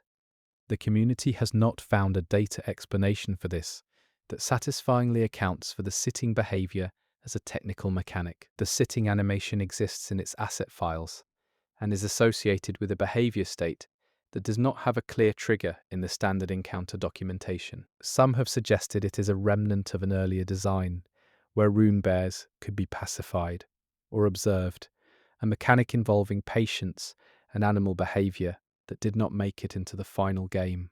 as a functional element. The behavior persists because the state logic was never removed, and reaching it requires exactly the kind of patient non-aggression that the mechanic, if it was a mechanic, would have been designed to reward. Rune bears, in the lore, are not magical creatures in the obvious sense. They are not corrupted, or grafted, or divine. They are ordinary predators that have absorbed the ambient runes, the ambient, magical energy of the lands between to the point where their physicality has been enhanced beyond natural bounds. They are what happens when an ordinary creature lives in a world soaked in divine power for long enough. They become more of what they were, bigger, faster, harder to kill, but still bears, still animals with animal intelligence and animal behavior. The sitting and watching is bear behavior, not magical behavior, not anomalous behavior for the creature it is. A bear that has assessed a situation and decided for the moment to observe rather than act is doing something entirely within the behavioral repertoire of the animal. The rune bear is not performing a game mechanic when it sits. It is being a bear, a very large, very patient bear that will kill you if you come close. But a bear standing in a clearing while a rune bear watches you from a seated position. In a world of gods and cosmic catastrophe and ancient machinations, is one of the strangest feelings the game offers, because it is small, because it is simple, because for a moment the world stops being about the Elden Ring and the greater will and the various factions with competing divine mandates, and it is just you and an animal that has decided to wait and see what you do. The latent millennia. There are multiple late-game areas where the Scarlet Rot has spread without millennia being present, without millennia having been to that location in the game's explicit narrative. The Rot spreads from millennia and from her Halig Tree domain. But there are patches of Rot in locations that do not connect obviously to her physical presence in the lore. In the deep-root depths, there is a small growth, easy to miss, that has the visual characteristics of early-stage Rot bloom. Players have documented it. It should not be there by the game's stated geography. The depths are under the Erd Tree, not near the Halig Tree. Millennia's narrative path does not bring her to this area. The rot there cannot be accounted for by her presence. Data investigation shows that the growth is using the same asset as the rot blooms in her domain. It is not a reskin or a similar plant. It is the same specific particle and texture asset used for the rot that comes from millennia specifically. The lore reading that makes the most sense involves the relationship between the rot and the roots. The deep root depths are the underground root system of the Erd Tree. The tree extends down as deeply as it extends up. Its roots reach the bottom of the world, and the rot, which exists in a cosmological sense, as a disease of divinity, a corruption of the divine flesh of the world itself, may not spread primarily through surface contact at all. It may spread through roots, through the underground network, through the same system the Erd Tree uses to maintain its golden order. In that reading, the rot bloom in the deep-root depths is not evidence that millennia was there. It is evidence that the rot is that, below the surface, below the visible world, the corruption runs through the roots. Millennia is the flower of that corruption. She blooms from it, she embodies it. But the roots were sick before she was born. The rot in the depths is older than her, and the Erd Tree, which sends its roots down into that rot, carries it upward, distributes it through grace, through golden light, through the very thing that everyone in the lands between has been praying to. That is an unsettling reading. It suggests that the divine structure itself is compromised at the root level, that the corruption is not an external force that has invaded the holy, but an internal one that has always been growing from below, that the gold and the rot are not opposites but layers, that what you pray to and what you fear are drawing from the same source, that the Erd Tree's roots reach down into the rot, and the rot reaches up through them, and the beautiful golden light at the top of the world is lit from below by something that wants everything to burn. The Rani Star. Rani's questline ends with her departure into the dark, beyond the Erd Tree's grace, into a universe that her ending theoretically reshapes. The ending is ambiguous about her ultimate fate, and about what the Age of Stars she inaugurates actually means in practice. It is one of the game's most beloved and discussed conclusions, but there is a moment during the ending's credit sequence and the period just after in New Game Plus that players have documented as an anomaly. In the night sky, visible from the New Game Plus beginning area, the star positions are different from New Game 1. Subtly, slightly. The constellations are the same, but their positions suggest a different season, a different moment in the celestial calendar. Players have mapped this carefully, and in the sky, visible during the Age of Stars, ending specifically during the closing cinematic, there is a star that is not in the standard sky. It moves. All stars in Elden Ring sky are static. They do not track. They hold position like a painted backdrop. This one star in the ending cinematic moves. Its movement is slow enough that on a first watch, in the emotion of the moment, most players do not notice it. Players who have paused and frame by frame the cinematic have documented it clearly. It moves from one position to another over the course of the ending. Not randomly. It moves in an arc, a path, and the path it traces is consistent across playthroughs, with the arc that a falling star would take if it were descending toward a specific location on the game's map. The location it appears to be heading toward is the Waypoint Ruins in Limgrave, where Ranni's questline begins. That is a circle. The story of Ranni, which ends with her departure among the stars, begins with a connection to Starfall, to things that come down from the sky.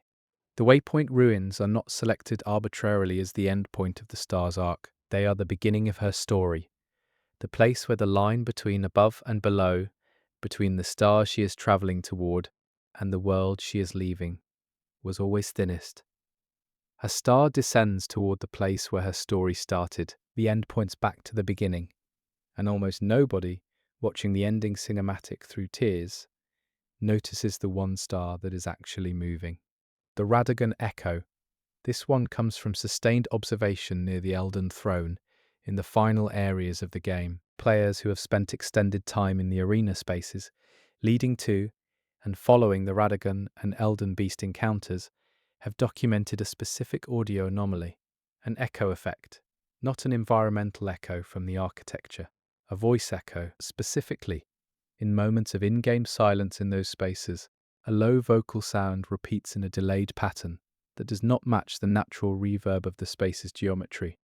Players who have isolated this audio and compared it to the game's character voice files have found that the sound matches a fragment of Radagon's voice from an animation sequence associated with his self-flagellation, the act described in his lore of his attempt to repair the Elden Ring. The sound is him, and it echoes in the space around his throne as though the place itself remembers what he did there. The lore of Radagon is one of the game's most complex and painful threads.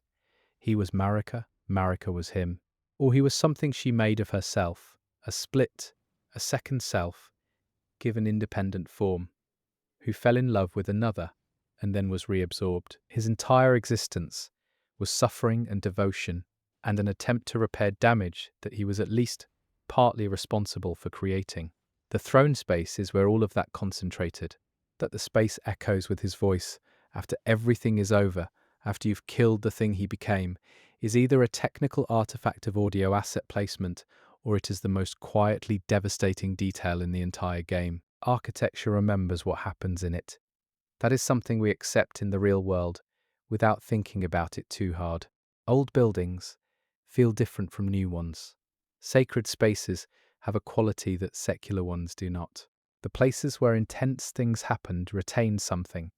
The Elden Throne is where the most intense thing in the history of the lands between happened. Where Marika broke the ring. Where Radagon tried to repair it. Where the entire structure of divine order was unmade in a single act. The stones should be saturated with that. The echo of his voice in that space is the stones remembering, playing back the moment on a loop that only barely surfaces above the threshold of perception. Most players never hear it, because they move through that area quickly, focused on the fights and the ending. But it is there, in the spaces between the battle sounds, in the quiet after, The voice of someone who spent their existence trying to fix something and failed, still trying somehow, still repeating the effort. In the space where everything stopped, the Lanedell ghost. This one is hard to describe without sounding like a ghost story, which is appropriate because that is exactly what it is. In Lanedell, the royal capital, before it becomes covered in ash following a late-game event, there is an area near the Erd Tree Sanctuary that has been documented by players as the site of an unusual visual phenomenon. In this area, at specific in-game times, corresponding roughly to dusk, a figure can be seen at a distance that does not correspond to any NPC or enemy placed in that location. It stands. It does not move.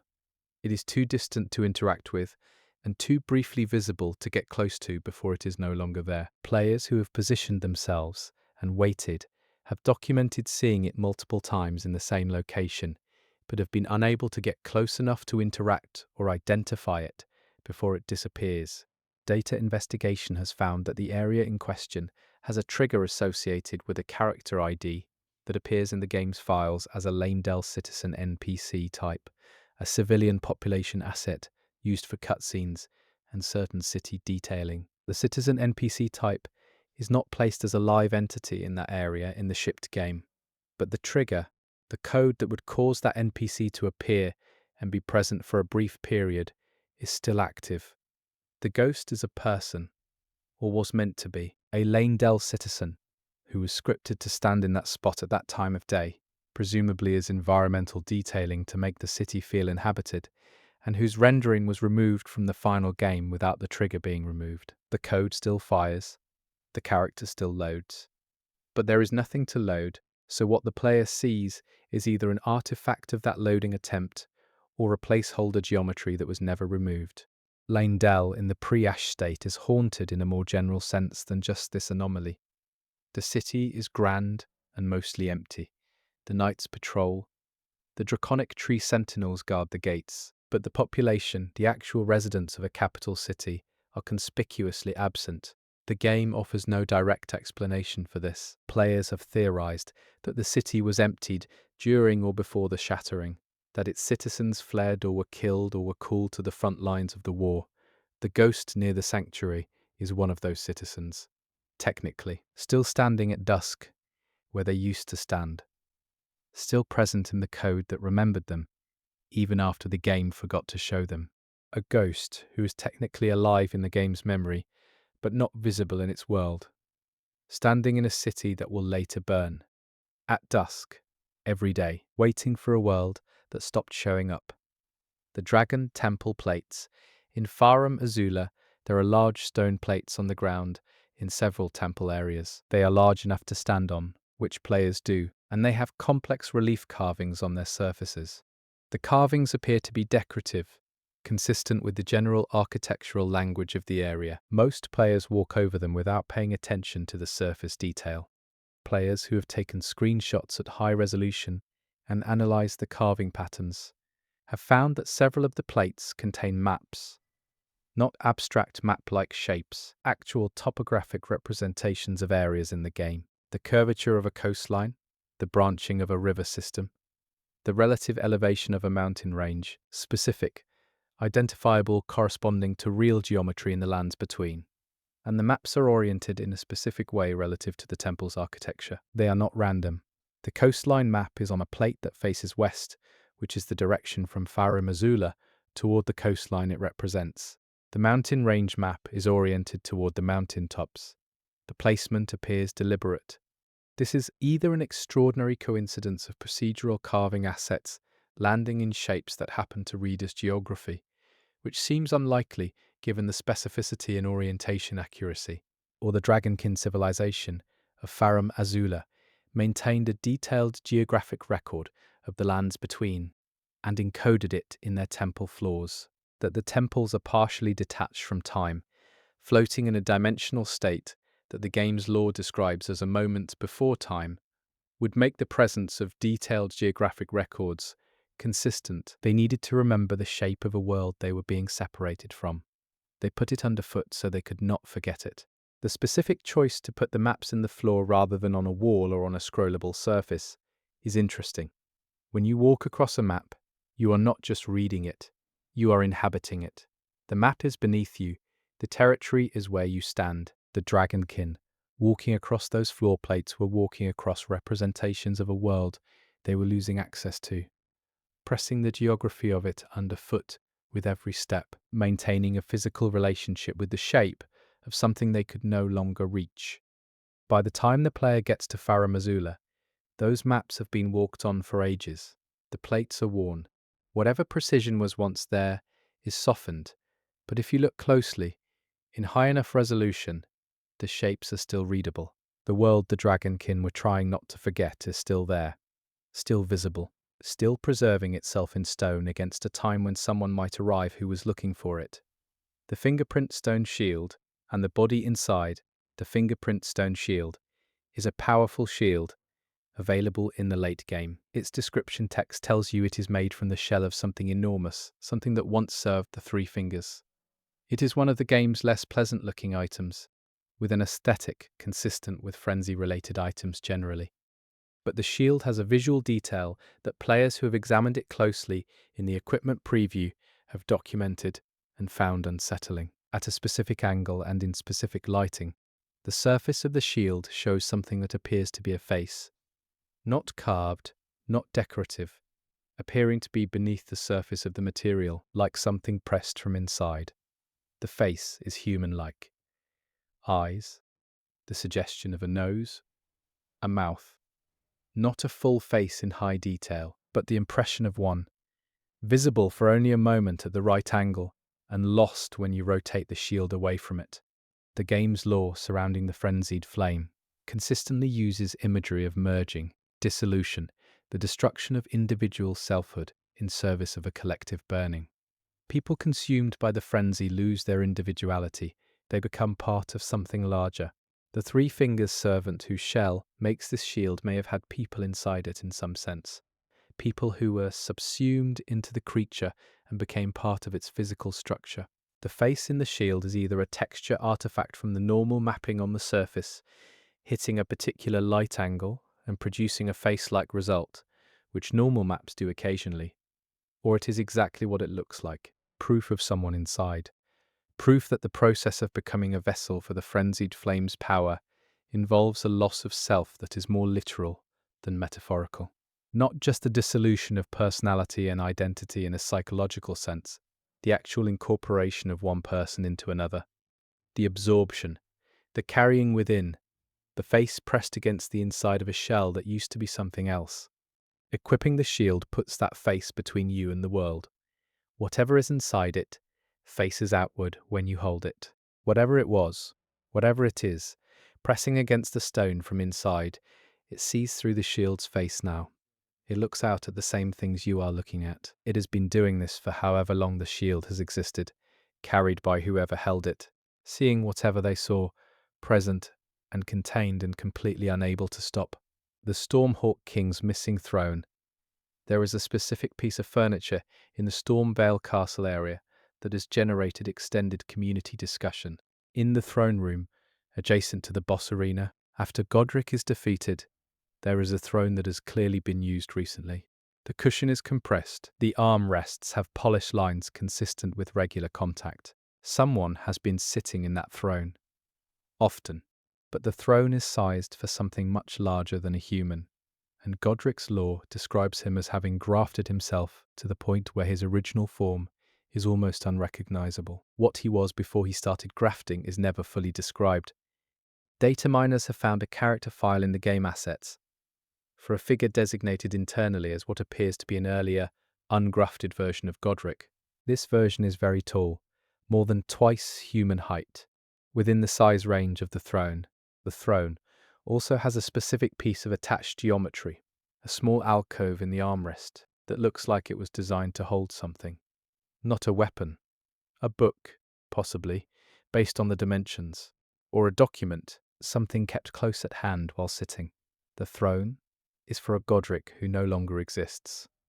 A Godric before the grafting, whatever he was before he started taking things from others to make himself more than he was. Whoever he was, he sat there and kept something beside him that he read, or referred to regularly. The grafted horror of a man you fight may have once been a person who sat in a throne and kept notes. Whatever drove him to begin grafting erased that person so completely that only the throne and the empty alcove in its armrest remain. Godric's story is one of the most legible tragedies in the game. He was born with access to a divine legacy, the bloodline of Godfrey and Marika, but without the power to match that access.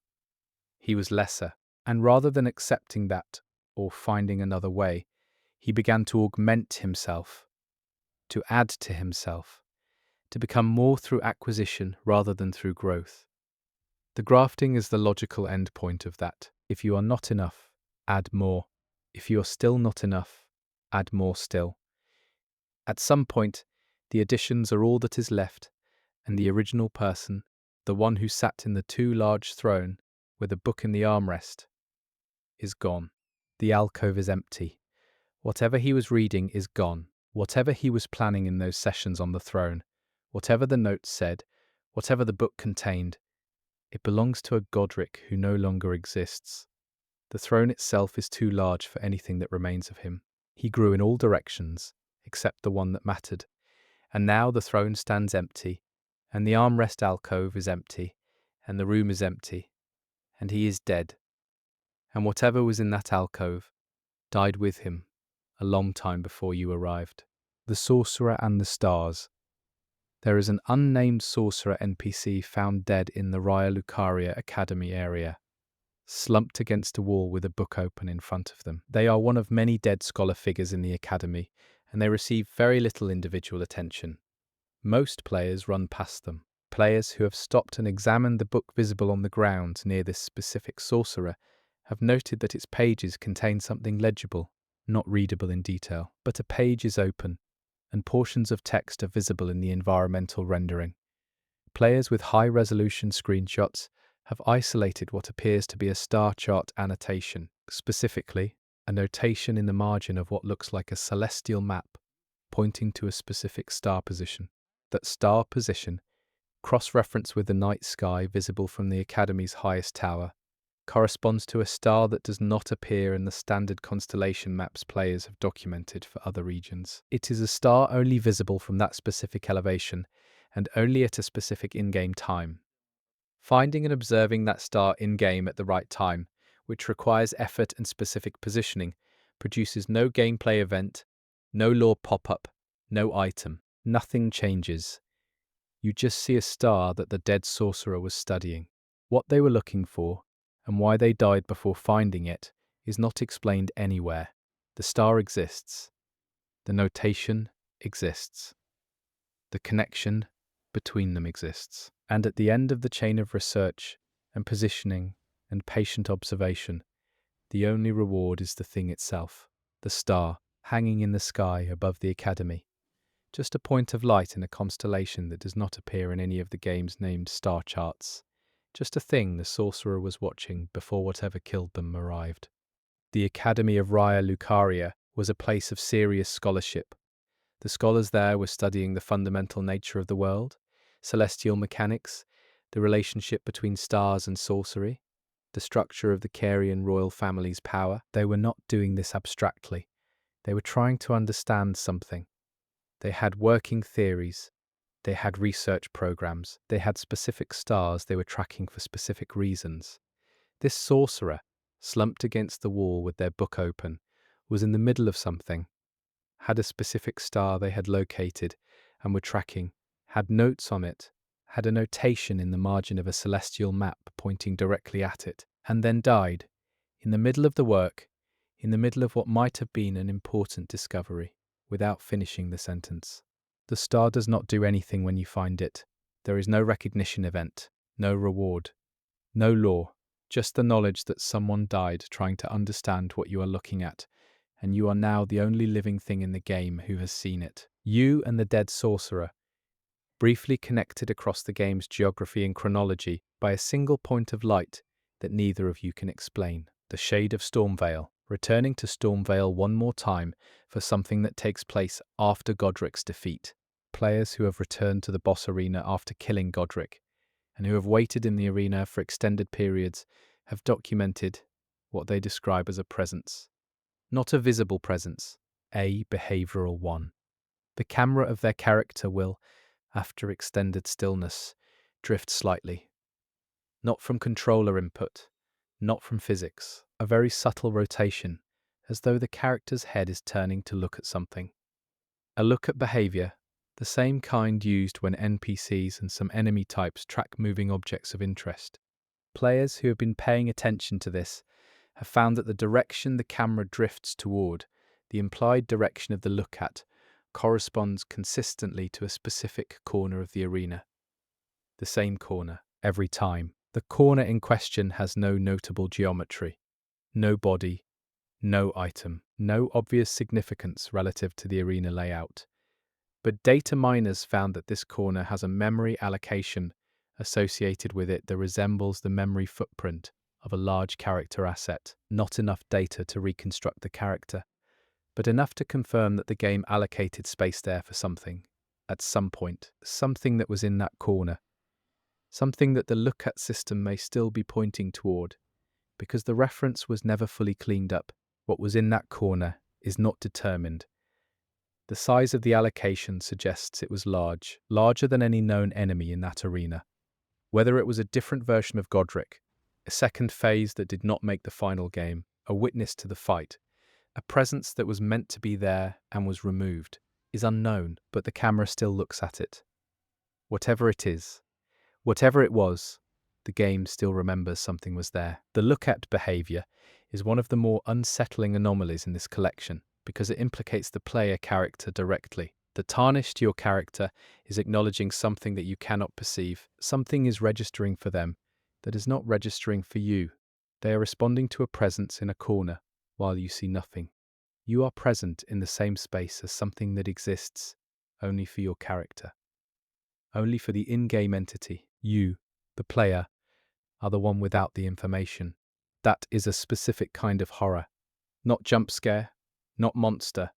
The quiet realization that something in that corner is real to your character in a way it is not real to you. That they can perceive something you cannot. That the world of the lands between has information in it that is inaccessible to you even through the body you control. You are looking through someone else's eyes, and they can see something you cannot. The ancestral follower who stays.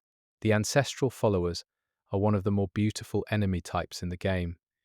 Skeletal, antlered, moving in a way that suggests they are not entirely of the world they inhabit. They populate the Siofra River and Ainsel River areas, with an otherworldly quality that makes those locations feel like genuinely sacred spaces, rather than dungeons.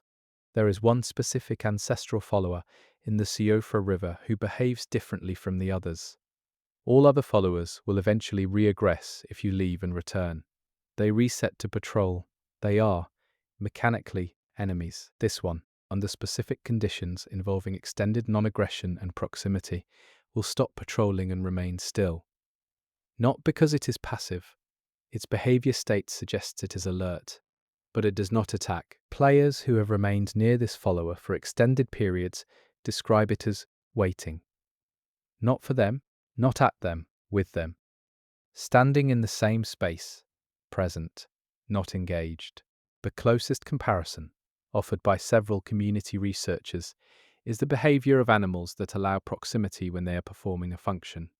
Sacred ground keepers, watchers, not guards who attack intruders, but presences who note them. The Siofra River's lore suggests it was once a civilization that practiced elaborate spiritual rituals tied to the ancestral spirits, ceremonies that the fires you light in the area are remnants of. The followers who remain in the area may be the continuing practitioners of those rituals, present not to fight, but to keep something alive.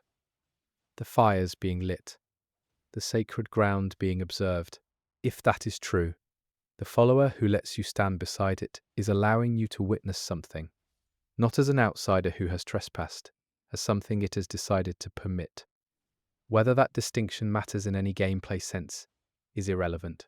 It matters in whatever category of meaning these games operate in, when they let you stand next to something ancient and still and allow you to feel, for a moment, that you are part of something older than you can understand. The underground world of Elden Ring, the rivers and depths and root spaces, has a quality the surface does not quite match. The surface is contested.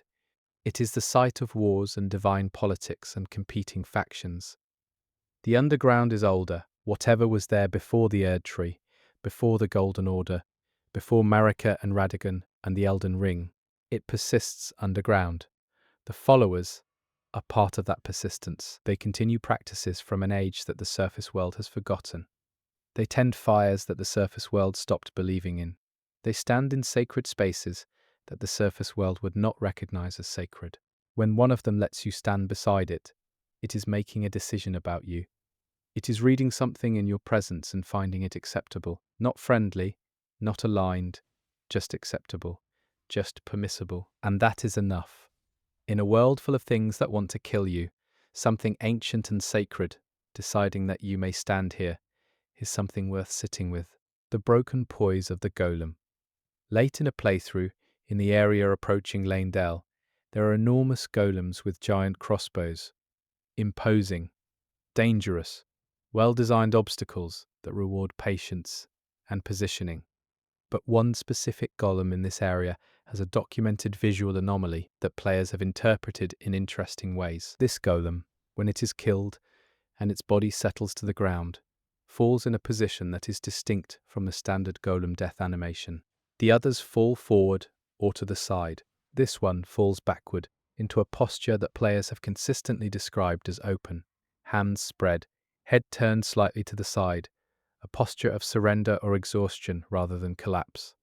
The death animation for this specific golem uses a different physics exit state than the others. Whether this is deliberate or whether it is the result of terrain geometry, in that specific location affecting the physics simulation in an unusual way is hard to determine from available data, but players who have noticed it have often stopped and looked at it for a while. A thing that existed to be an obstacle, designed to be impossible, lying with its hands open. The gesture reads as relief to many players, as though whatever animating force kept it standing was something it was glad to be free of. Whether golems experience anything is a question the game does not answer. They are constructs. They are tools. But the lore of the lands between is populated with constructs that turned out to be more than they were made to be. The golem's purpose was defense. Their experience of that purpose is unaddressed. Maybe the open hands mean nothing. Maybe the specific physics of that specific location just produced that specific fall. But standing over it, the posture is hard to look away from. The open hands in particular. Most things that die in this game die violently, in motion, mid-action. They collapse from aggression, from momentum. Their death positions are their last movements. This golem's hands are open. Whatever it was doing when the animating force left it, it was not attacking, it was not defending. The hands are relaxed, open, like something put down, after a very long time of being held. You stand over a construct with open hands, and the game does not ask you to feel anything about it. It does not give you a dialogue option or a lore notification. It just shows you this thing in this position and moves on. Whatever that means is up to you. Whether something was relieved to be done is something you have to decide alone. Standing in the field with a dead giant whose hands are open. The Shattering's unwitnessed moment. The Shattering is the central historical event of Elden Ring's backstory. The Elden Ring was broken. The Shard-bearers went to war. The world was changed. It is the defining catastrophe that everything in the game is either a consequence of or a response to. But the Shattering is described in item text and NPC dialogue as having occurred in a specific place, Lane Dell, near the Erd Tree, and the aftermath of it is visible throughout the capital, in architectural damage that players can observe during their time in the city. What players have not, until recently, fully mapped is that the damage pattern tells a story. The direction of force implied by collapsed architecture, falling walls, blast patterns in stone, debris scatter, can be read directionally. And when you read the city's damage as a record of the event that caused it, the force patterns suggest something specific. The shattering, or the immediate catastrophe that followed it, produced an expansion event, something that pushed outward from a central point. The central point, triangulated by players who have mapped the debris scatter across the capital, is not in the Erd Tree. It is below it, in the same vertical space as the deep-root depths. As the roots, whatever broke the Elden Ring, may not have happened above ground at all. The event visible in Lanedell, the architectural catastrophe that players walk through, may be the surface expression of something that happened underground, in the roots, at the level where the rot exists, at the level where Radagon's echo still sounds. Something happened underground, and it shook the world above. What that something was, exactly where in the deep-root depths it happened, and who was present, is not stated anywhere that players have found. The debris scatter points toward a location, but there is nothing there now. No marker, no item, no NPC, no fight. Just the silence at the bottom of the roots and the evidence, written in the stone above, that something enormous happened there, that the world cracked from the bottom up, that whatever Marika did or triggered or allowed, it did not begin where anyone was watching. The game invites you to the deep-root depths. It gives you access to it through a well-guarded path. It puts fear there, and the Black Knife Assassins, and the Crucible Knight Siluria, and the Elden Lord Fear serves. It is a significant late-game area, but it does not give you a clear explanation for the Shattering's underground origin.